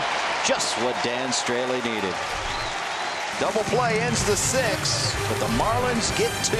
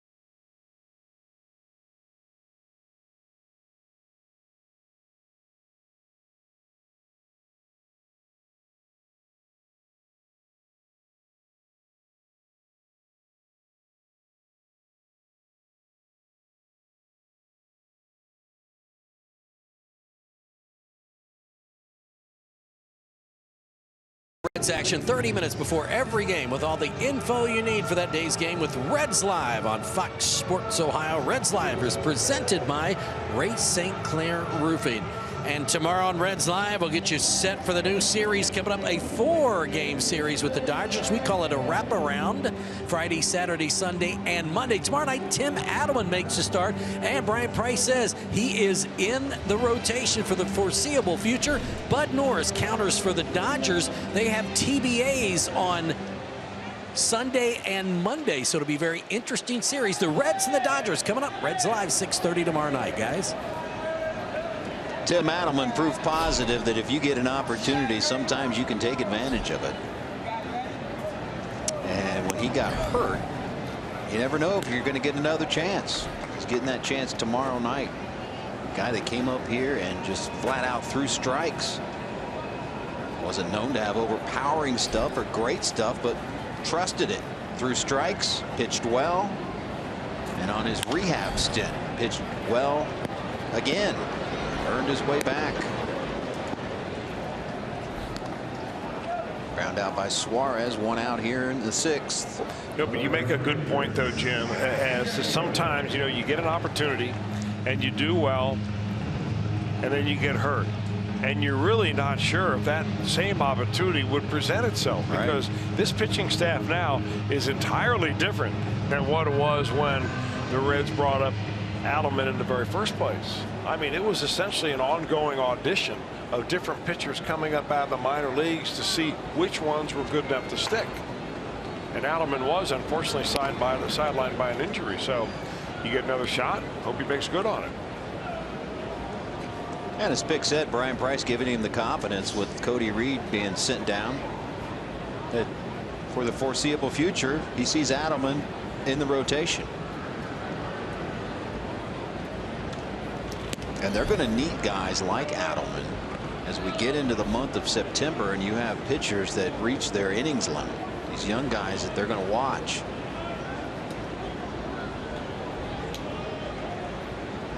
Shouldn't have a worry with Homer Bailey or DeSclafani. Both getting very late starts to the season. But a guy like Brandon Finnegan, at some point they're going to shut him down. High fly ball right field. Ichiro coming on. 2 outs. Start your weekend off with a bang with Fireworks Friday at the ballpark. Tomorrow, cheer on the Reds when they take on the Dodgers for only $12. Plus, don't miss that spectacular post-game fireworks show. Presented by Tri-Health. For tickets, call 513-381-REDS or visit reds.com.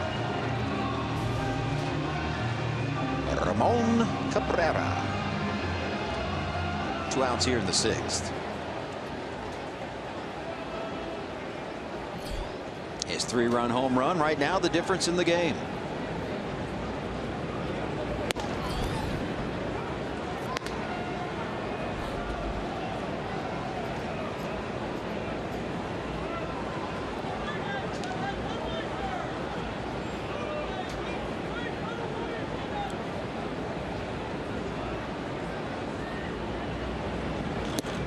Check swing, appeal. No, says Tony Randazzo. Randazzo with third. DJ Rayburn umpiring second base tonight. Bill Welke down at first. Pat Hoberg calling balls and strikes behind the plate.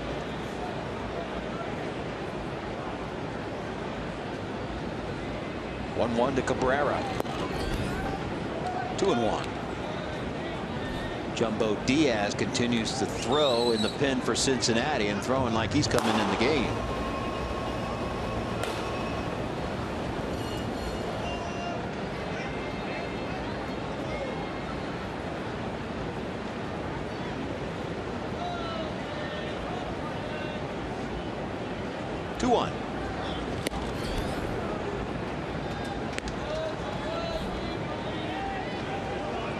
Boy, no lack of hard throwers in that Marlin bullpen, though. We've seen them all. I mean, almost every night we've seen 4 guys coming out of that pen. Ellington has thrown several triple-digit fastballs tonight. We saw Whitgren last night, young man that went to Purdue, throwing 97. Mike Dunn, left-hander, throwing in the mid to high 90s.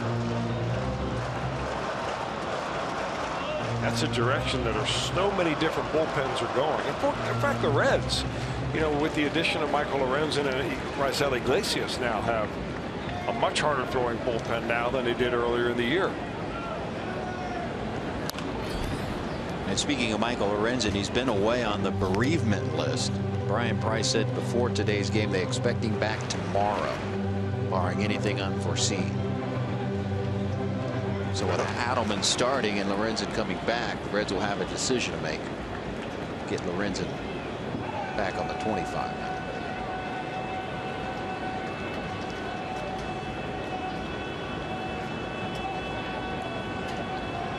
Do the 3-2 again. Hard hit ball again by Ramon Cabrera. This one off the wall. He's got to stop for a long single. Look out. Throw back to first base. Well, Chris Johnson had the best box seat in the house right there. He was just watching that whole play evolve, having no clue at all that there might be a play at first base if you throw behind the runner. But boy, did Cabrera ever smoke this ball. He just couldn't get it up high enough to get it over the wall. That's one of the hardest hit singles you ever see off the wall. I mean, right on the center of the bat does he hit this one. Turns around a fastball. That was probably around 100 miles an hour. And Johnson's just kind of watching, saying, oh, yep, there might be a play first. Well, if he would have been over where he's supposed to be, Cabrera's out. Well, you got to be somewhere. So you might as well be at the bag. Yep. Unless you're going to back up to throw somewhere. You always have to ask yourself on the field, is there a better place for me to be than just standing here?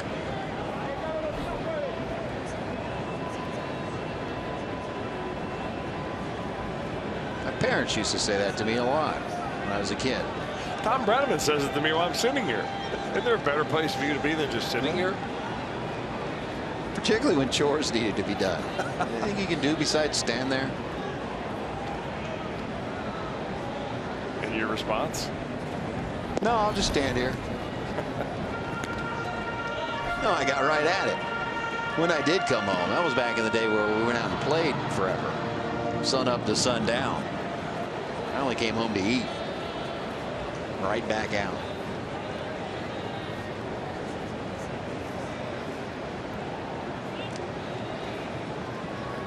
One and one, the count to Tyler Holt, the left fielder tonight for the Reds. 99-mile-per-hour heater.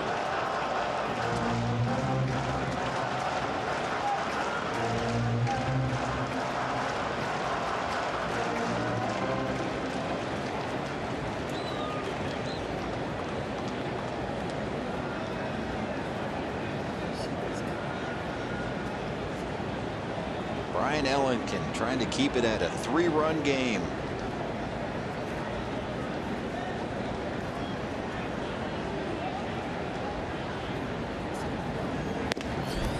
Just missed outside.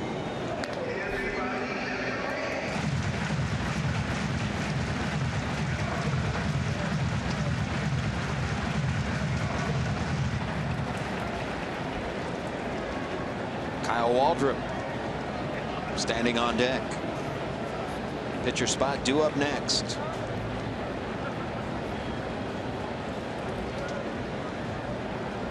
Two-two pitch. Cabrera was on the move.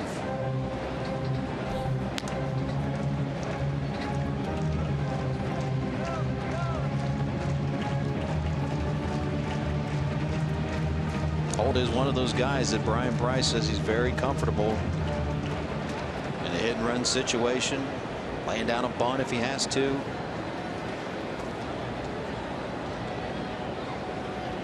Be a candidate for a squeeze bunt. Do the 2-2 again. Cabrera staying put this time. Strike 3 call. Ellington gets through. We're off to the 7th. 3-run game.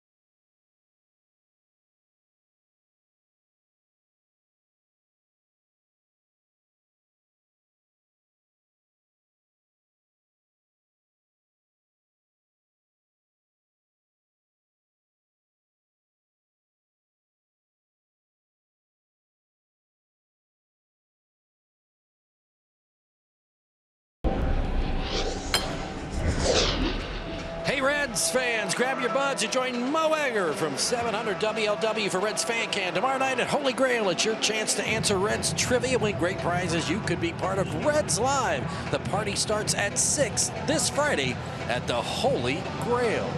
Chris, the bullpen has been very good, and they're bringing one in now with the 5-2 lead. It's Jumbo Diaz. Now, there are a lot of reasons why the Reds are better since the All-Star break. Bullpen, though, that may be the biggest of all. Since the All-Star break, overall a 2.6 earned run average. Best in the major leagues there. Best in opponent batting average. 5th in strikeouts. So when you can get a lead and hold the lead, boy, does it give your team much more than just a win. It gives you a little bit of an emotional lift. When you lose those games late in the game because your bullpen implodes, those are the kind of leads that just lead to hangovers, and you just don't feel good the next day when you come to the ballpark. So Jumbo Diaz comes on. 29 games now for the big guy.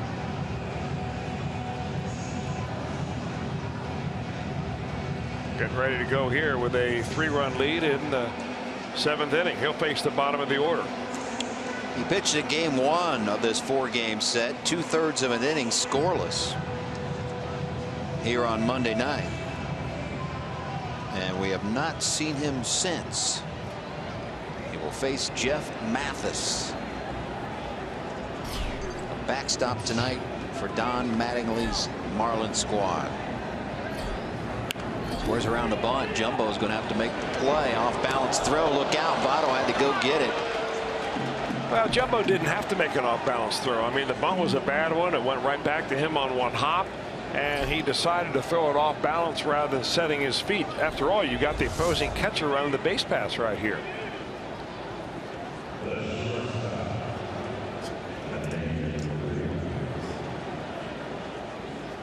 Certainly hurried. Did not have to hurry, as you said. And it's funny, too, because even in the middle of the summer, every once in a while, you're still going to have a lot of PFP. You bring guys out early, you do that, and it becomes second nature. But you get wrapped up into the speed of the game sometimes. It's probably the last thing Jumbo ever expected was Jeff Mathis to lay down a bunt, and he probably panicked. And for those that don't know, PFP, the pitcher's worst friend. That would be pitcher's fielding practice. You see a lot of it in spring training and periodically through the season.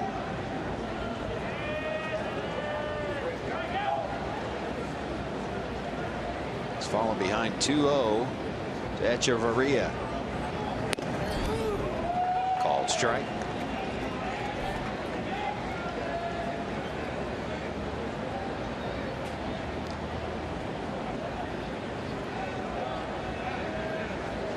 Echeverria working on a 1-for-2 night. Singled last time up.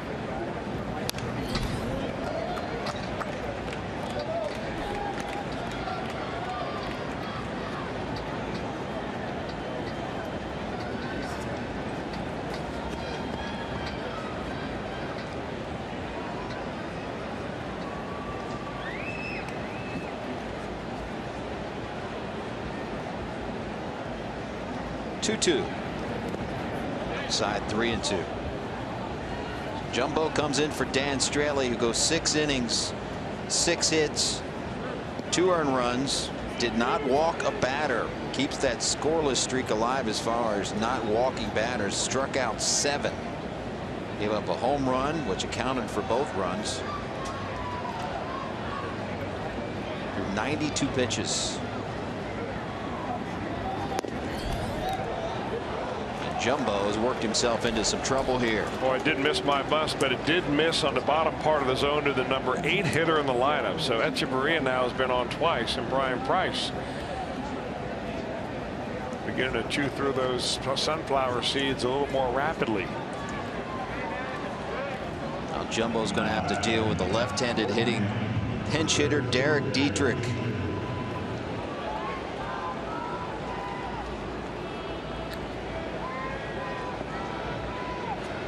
Dietrich represents the tying run here in the 7th.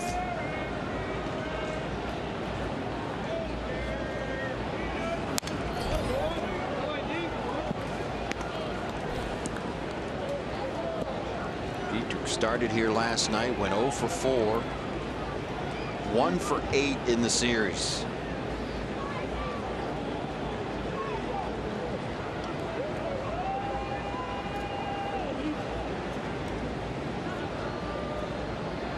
Echeverria takes his lead off first. Mathis off second. Jumbo bringing it.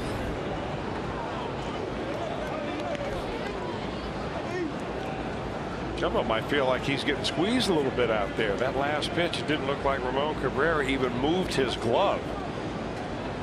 And it missed the strike zone to even the count.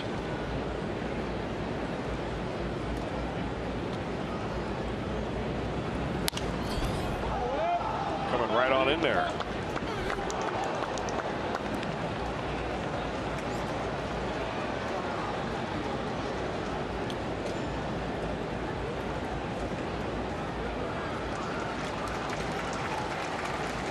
I think some that were surrounding the Marlins were a little bit surprised that Dietrich was not in the lineup tonight playing over at first base. He's a guy that normally gets a lot of playing time against right-handed starters. Just gets a piece. And instead it was Chris Johnson, right-handed hitting player, that has taken over first base. Johnson's got a hit and a strikeout and a double play ball.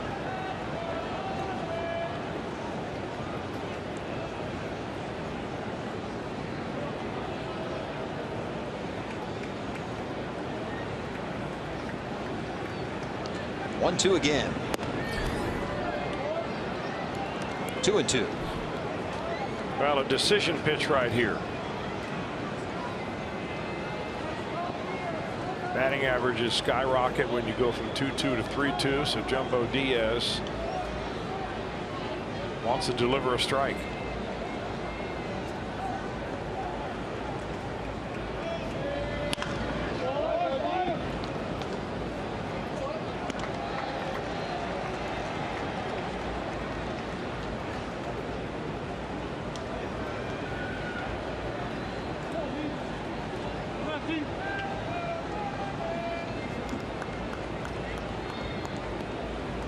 Dietrich, a .277 hitter overall, .370 on base percentage.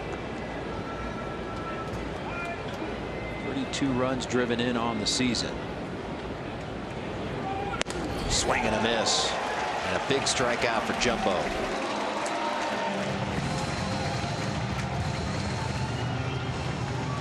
That is a big strikeout. He went upstairs with a four-seam fastball that really took off on Dietrich right at the very top end of the zone.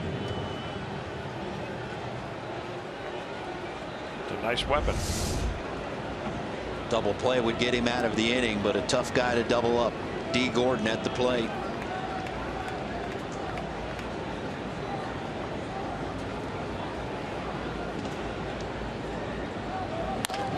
Ground ball. Thought about going to third perhaps to get the lead runner. They do get Gordon at first. Suarez was at the bag at third. They could have got the lead runner, but decide to get the sure out as you can get when D. Gordon's running. I think probably while this ball is en route is when Ivan De Jesus Jr. decided he's going to first base with it. He set his feet up so that way would be the throw. Votto scoops it out of the dirt. So now the runners, both of them, in scoring position, and Mac Jenkins is going to have a talk with Jumbo. Blake Wood is warming up in the Reds' pen.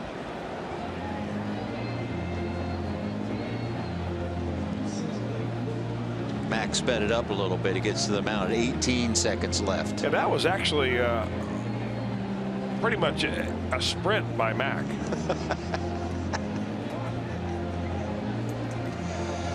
Those 30-second clocks now in baseball. You got 30 seconds if you make a trip to the mound. He might have to do a little off-season conditioning and make sure that next year he can deliver a little longer message. There have been times when he reaches and it's about 12 seconds left on the clock. I can't tell you, I love Mac Jenkins. Yeah. Very smart baseball guy.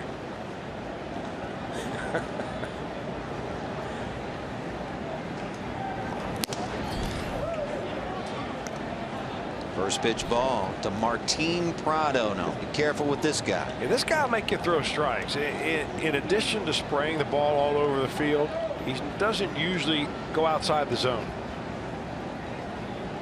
Prado, a .326 hitter so far. Jumbo staying away from him. First base is open with 2 outs.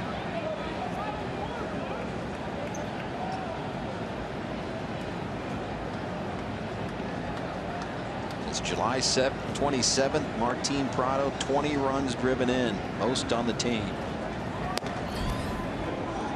Look at that miss.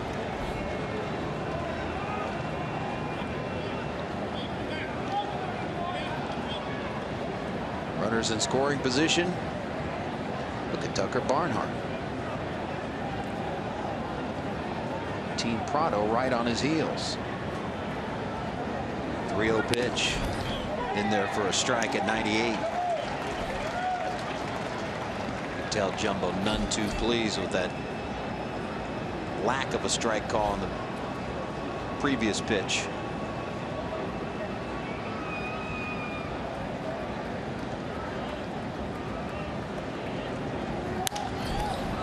Fouled off.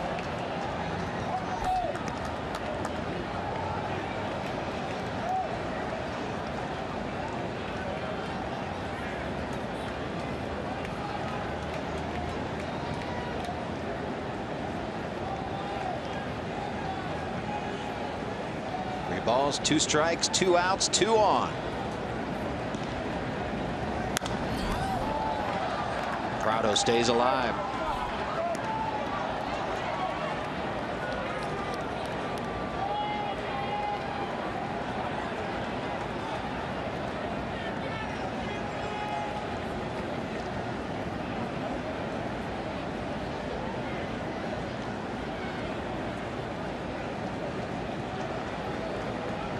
Do the 3-2 again. Base hit into right field. This will score at least 1. Lenny Harris is waving around the second runner. Throw way offline. Martin Prado punches a 3-2 pitch into right field, and it's a 1-run game. You know, I misspoke when I said Prado will not go out of the zone. He chased the pitch. It was up and away and nowhere even close to being called a strike. But he's confident he's going to get that bat head on it. It's a fastball by Jumbo, and he just gets it right up there. Out of the zone he goes. Nice flat swing by Prado. We have seen him use that right field a lot in this series. Second time tonight he's picked up a base hit going that way. Brian Price is out to make a double switch. It's going to be it for Jumbo Diaz, who committed an error, walked a batter, and gives up a 2-out, 2 RBI single. It's a brand new ball game.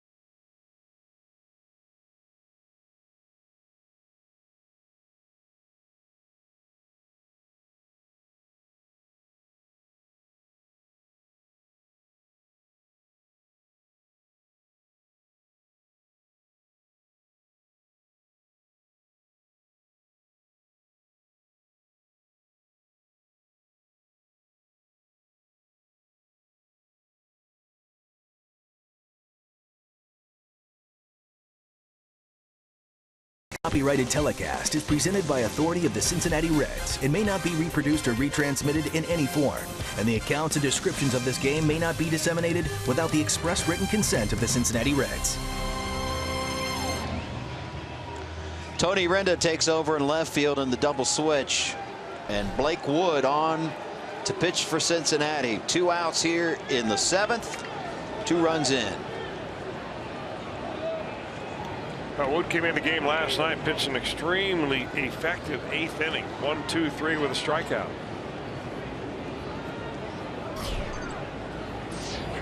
So what was a 5-0 Cincinnati lead has turned into a 1-run ball game. Tough outing for Jumbo Diaz. Still work to be done here in the 7th. 3-hole hitter Christian Yelich with Prado on first base. A tough outing for Jumbo, I guess one way of putting it, but really it's an outing in which he beat himself. You lead the inning off with a rush throw to first base where it goes down as an error, then you walk the next batter. That is a recipe for disaster. And both of those runs, both of those base runners score. So now the Reds with no left-hander in the bullpen that they want to bring in. They're saving Cingrani, of course, to be the closer. They bring in the next best thing, which is the guy who has the stuff to get left-handers out. Good split finger fastball. There's Tony. And a hard slider that goes straight down. 1-2 pitch. Fouled off.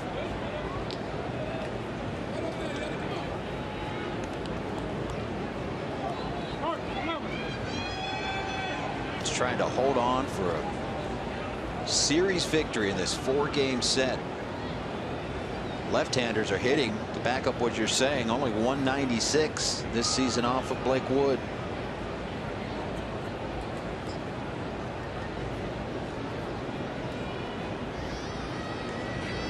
Swing and a miss.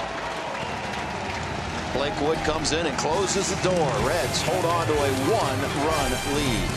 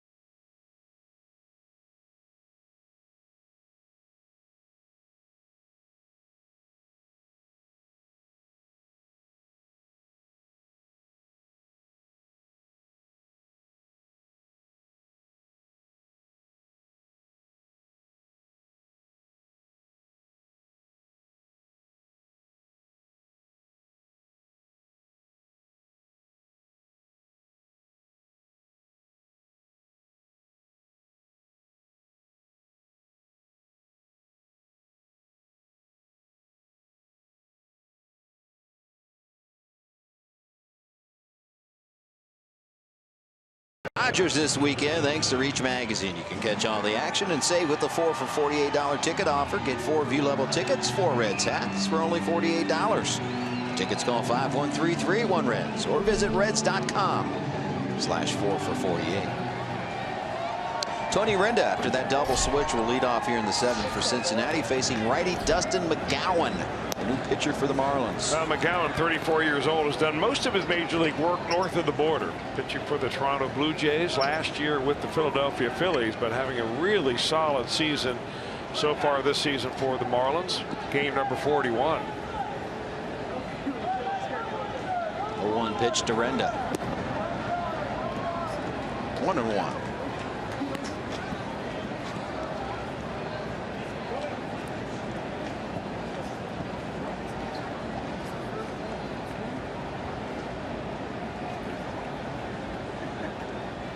Coming off the bench tonight, it started the 2 previous games with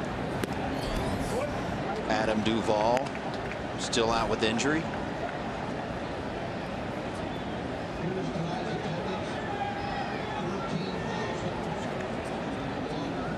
Two games ago, 1 for 4 was Renda.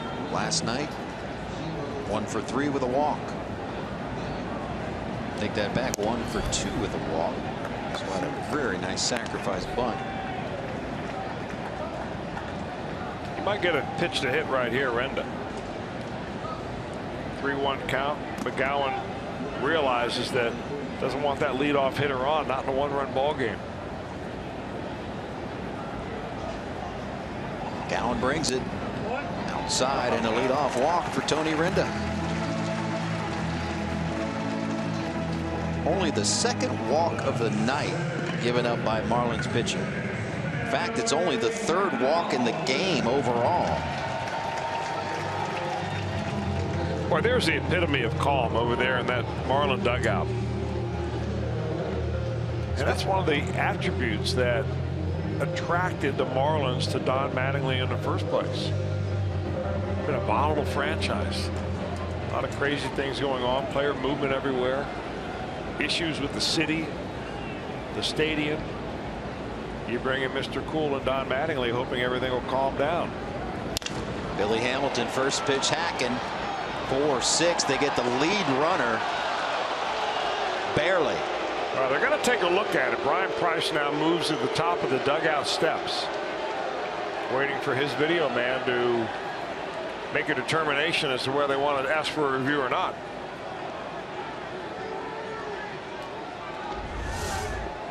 We'll take a look at it first. Was he on the bag when he got the ball? Yep, he dragged his toe across the bag, and there'll be no review. That was a nice job by Echeverria right there. Knew exactly where he was and got that opposite foot down.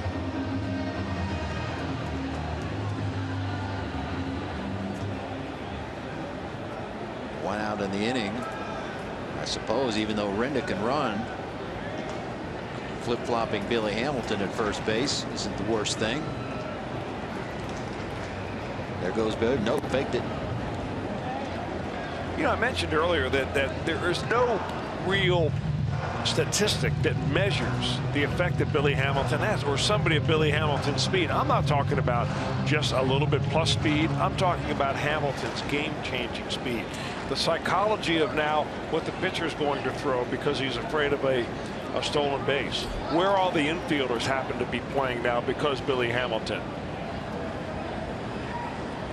On the play that he had where he tagged up from second and went to third, then it scored, the throwing handedness of the center fielder had a big play on that, because if he's a left-handed thrower, Hamilton's not thinking about moving on.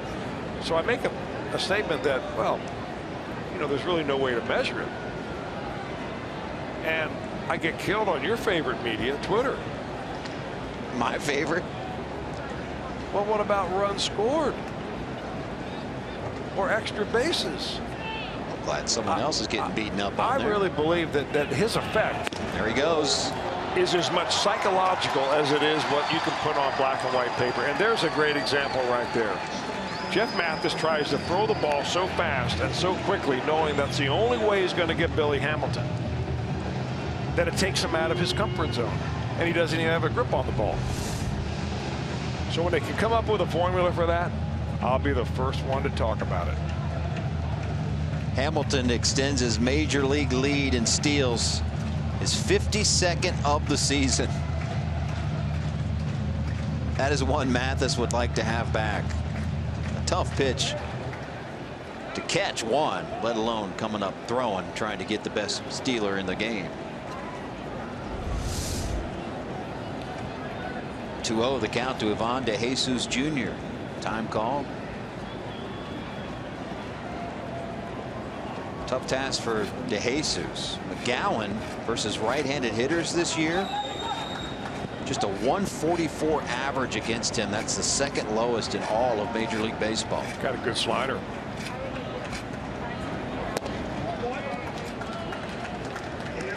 Three 3-0. Double barrel action in the Marlins pen. Lefty righty. Dunn and Bearclaw.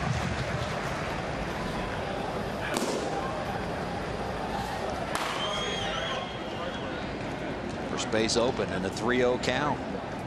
But Joey Votto standing on deck.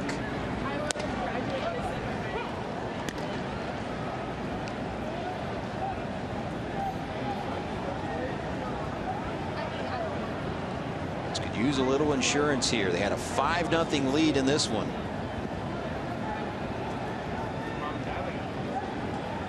Marlins scored 2 in the 6th, 2 in the 7th. DeJesus left center field. Hit well, but not well enough. Well enough to get Billy Hamilton to third base. That ball seemed a lot harder hit coming off the bat. Fooled me. But now an insurance run 90 feet away.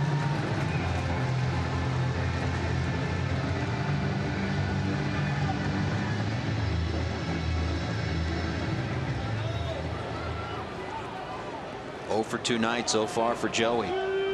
Season average sitting at 302. They're going to intentionally walk him.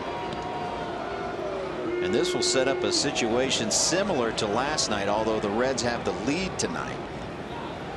Last night they intentionally walked Joey Votto ahead of Brandon Phillips.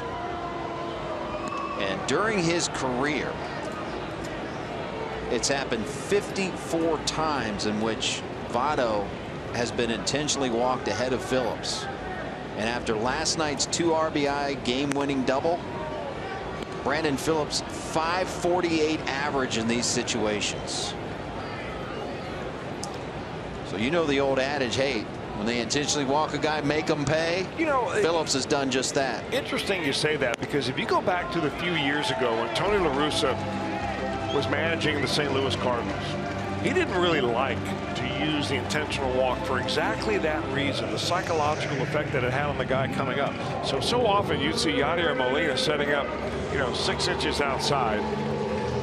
4 pitches in a row would be outside and away.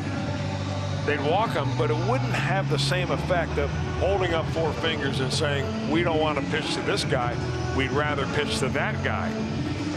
And a lot of people got on La Russa about that, but I think it worked for him very successfully. First and third, 2 outs.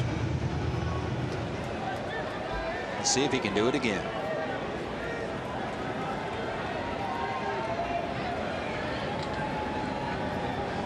First pitch from McGowan.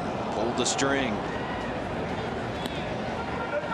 Way out in front. Yeah, that's his bread and butter, no question. I mean, he does throw hard, averages 95, but you're going to get a lot of sliders here for your right-handed hitter. But we've seen, how many times have we seen Brandon, though, big reckless swing early in the count, tightens it up a little later on. There goes Joey from first base. Ball in the dirt, not even a throw.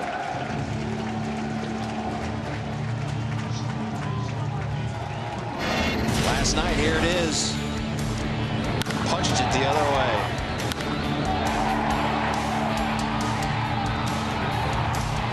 Turned a 1-run deficit into a 1-run lead and proved to be the difference in the game.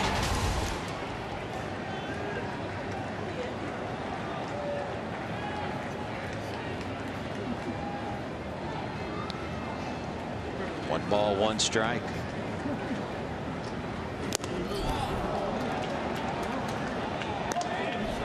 One and 2.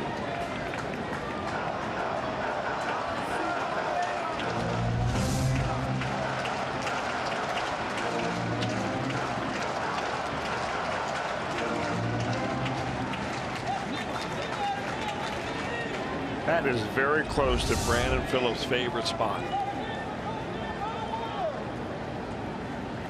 1-2 pitch. Came back inside again and got him. Reds strand 2, lead by 1.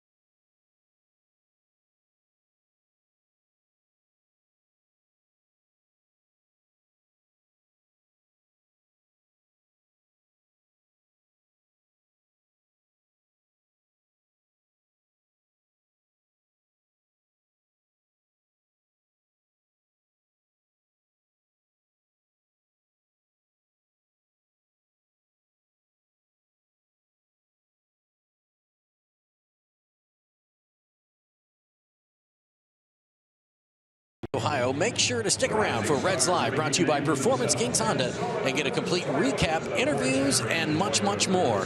That's Reds Live, the post-game edition. Hi, guys. Over this past week and a half, we've been talking about some of these nagging injuries that Reds players have, and one of them is Brandon Phillips. He's kind of the walking wounded. It's both knees, hand, but also his foot, and it's actually between his big toe and the first toe. And he got some help from none other than Adam Pac-Man Jones of the Bengals. Pac-Man had some foot problems as well playing for the Bengals, so he was here the other day. He told Brandon about a foot doctor, podiatrist here in town, and that doctor made him an insert. He said it's basically, it's a fly ball to right. Should be a can of corn for Shepler as he comes in and makes the play there. But basically what it is, it's an insert in his shoe. It's a padded piece of steel that he wears in there, and he said since he's had that, he's had no problems at all, only when he really has to get on an inside pitch and swing down hard. But other than that, it's let him play, and boy, he has done a heck of a job since he's been back. Well, he's certainly been a tough guy throughout his career dealing with injuries. He has had some unfortunate ones, particularly being hit by pitches, but man, you get your wheels injured, I don't care what professional sport you're playing.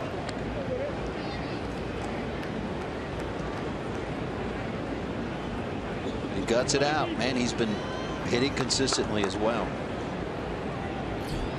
And he's one of the differences why the Reds have been playing better baseball since after the break. No doubt about that. Look out. It's 18-12. Since the All-Star break, only the Cubs in the National League are better.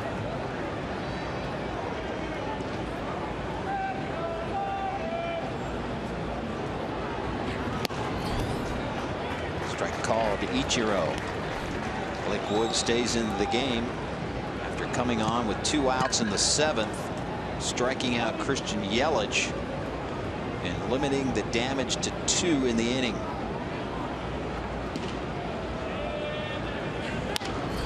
Ichiro shoots one the other way, just over Suarez.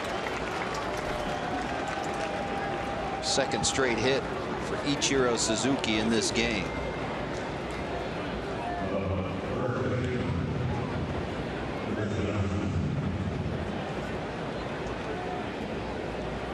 So the tying run aboard, and Chris Johnson at the plate.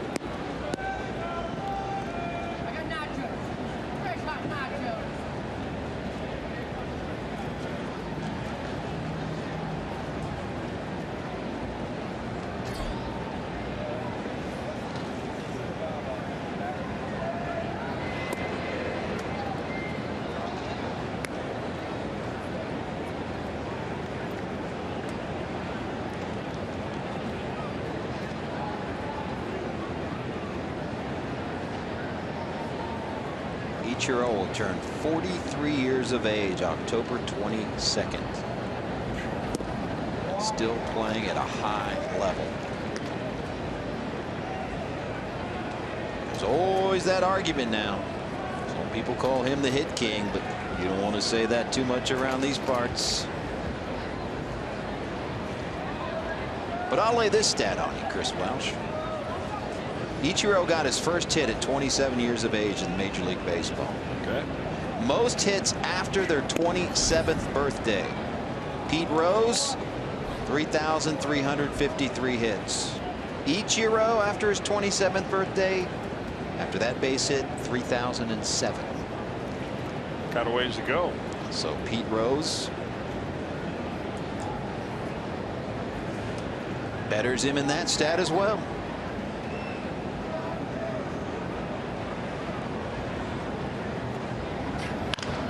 But between Japan and the major leagues now, 4,285 hits. Now, however you cut it, and I agree with all of those who say Pete's record is really unsurmountable, but the guy's had a remarkable career. Oh, no question. And Pete has acknowledged that. And look at him at 42 years old. I mean, playing a young man's game. Yep. Standing next to a guy who will be 40 at the very end of his contract that he signed here with the Reds. That's a DP lane. 6-4-3, Blake Wood. Solid work.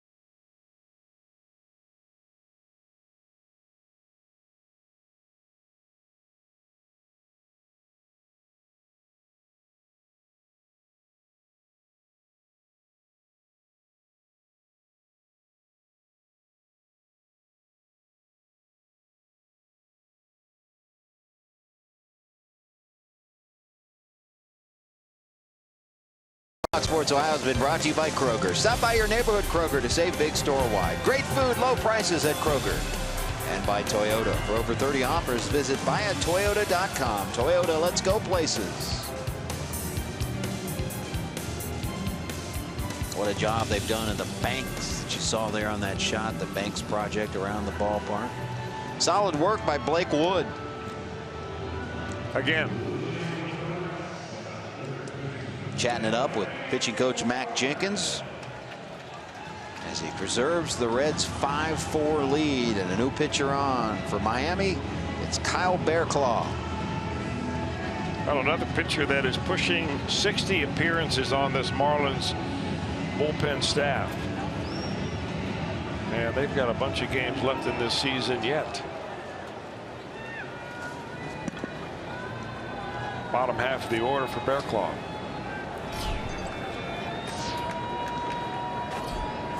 Suarez to lead it off for the Reds. Way outside.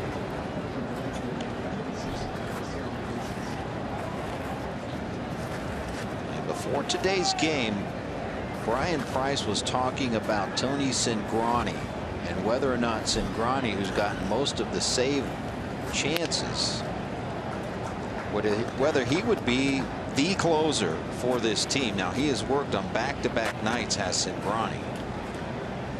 But he said no, he's not going to be our sole closer. We are going to give Raisel Iglesias opportunities to close a game, and right now Raisel is up and thrown. Whether that be wanting to give him an opportunity, or again, Cingrani working back-to-back nights. Worked an inning last night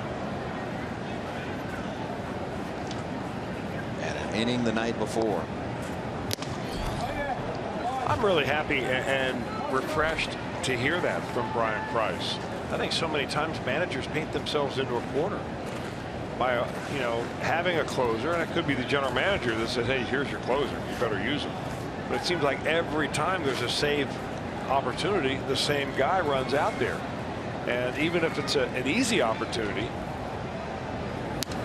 a full inning, 3-run lead, that kind of thing, or the next night you wish you had him because now you really got a tough save opportunity. Looking ahead to the ninth for the Marlins, due up is Jeff Mathis, Echeverria, pitcher spot. Bottom third of the order. Swing and a miss. Down goes Suarez. 11th strikeout of the game for Marlins pitching.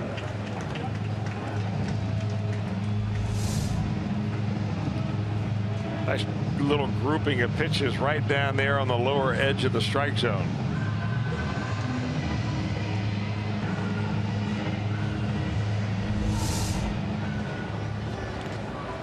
And now Scott Schebler. Singled and scored. Strikeout, fly out.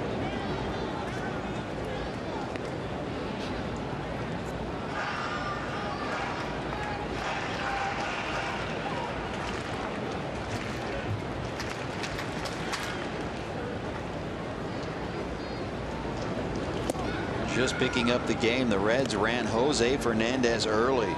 Fernandez went only 4 innings, 7 hits, 5 earned runs. Reds had a 5-0 lead. Marlins chipped away with 2 in the 6th, 2 in the 7th.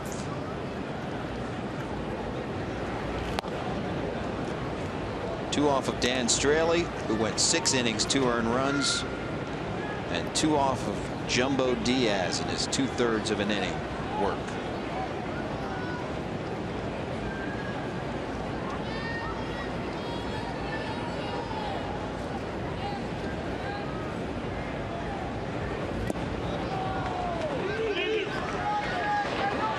Throw down, and back-to-back strikeouts here in the 8th for Bearclaw.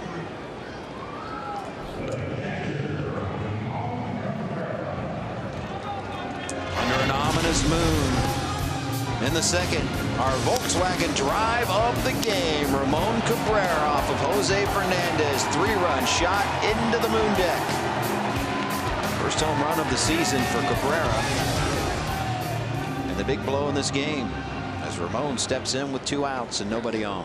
Nearly had another one there in the 6th inning. Hit it certainly hard enough, but just did not have enough elevation as it banged off the top of the right field wall. First pitch called strike.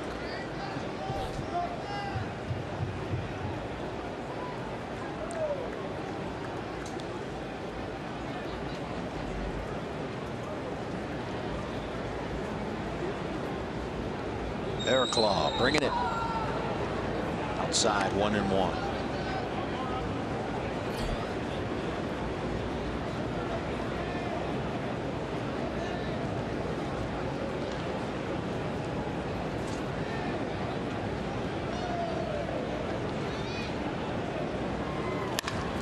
Another hard hit ball by Cabrera. This time, though, Ichiro comes on and makes the sliding catch.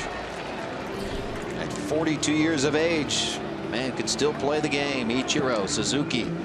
Here we go to the 9th. Reds holding on to a 1-run lead.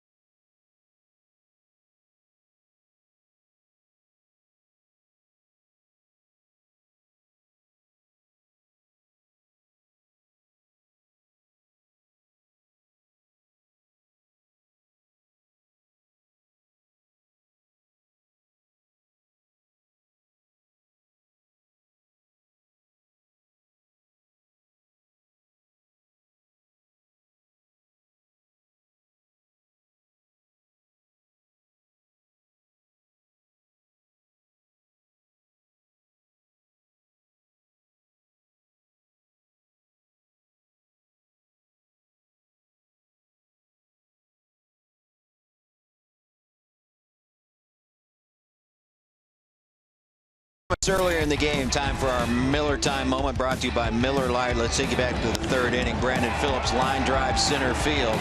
Watch Billy Hamilton, a little sneak attack. Late tag up, throw to third, gets by. Billy doesn't even slow down. Slide barely even slows him down. And he scores. Our Miller Time moment. Billy doing what he does best, wreaking havoc on the base paths. Yeah, that is just fun to watch over and over again. Yep.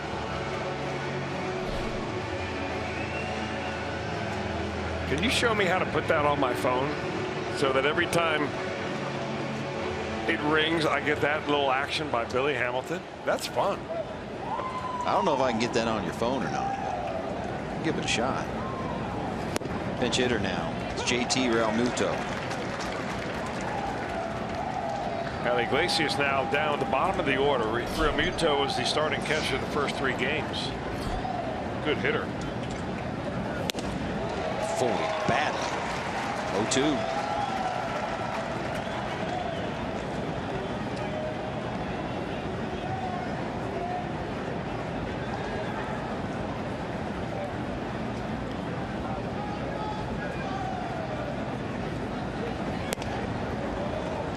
Tried to get him to chase, to no avail.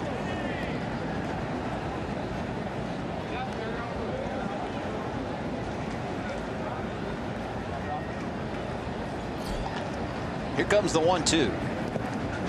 Downstairs 2-2.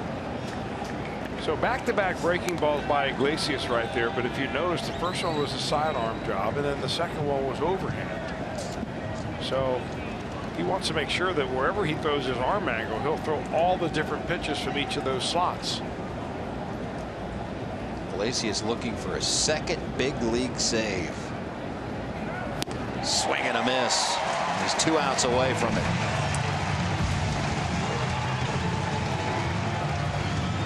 Tenth strikeout of the night by Reds pitching.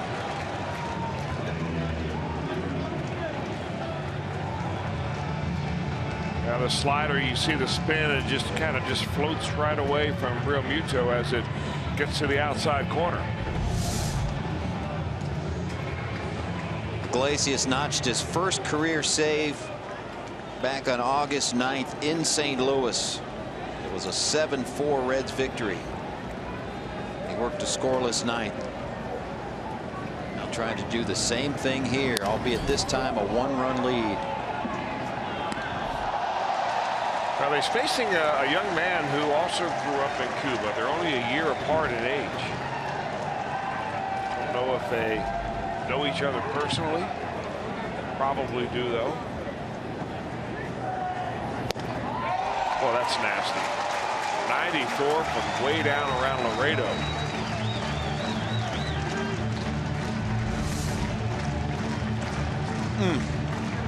That comeback action is just filthy.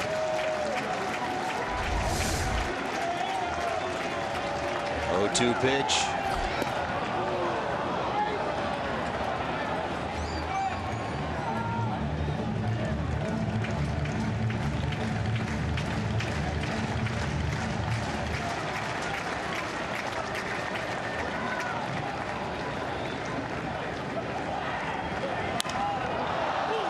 Right field. Easy play for Schebler. The Marlins are down to their last out.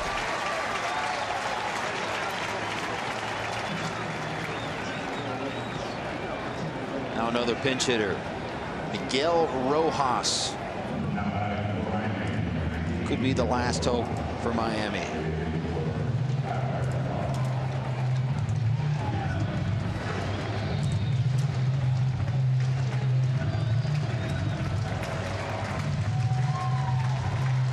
.243 hitter in 93 games, is yet to hit a home run. 12 runs driven in.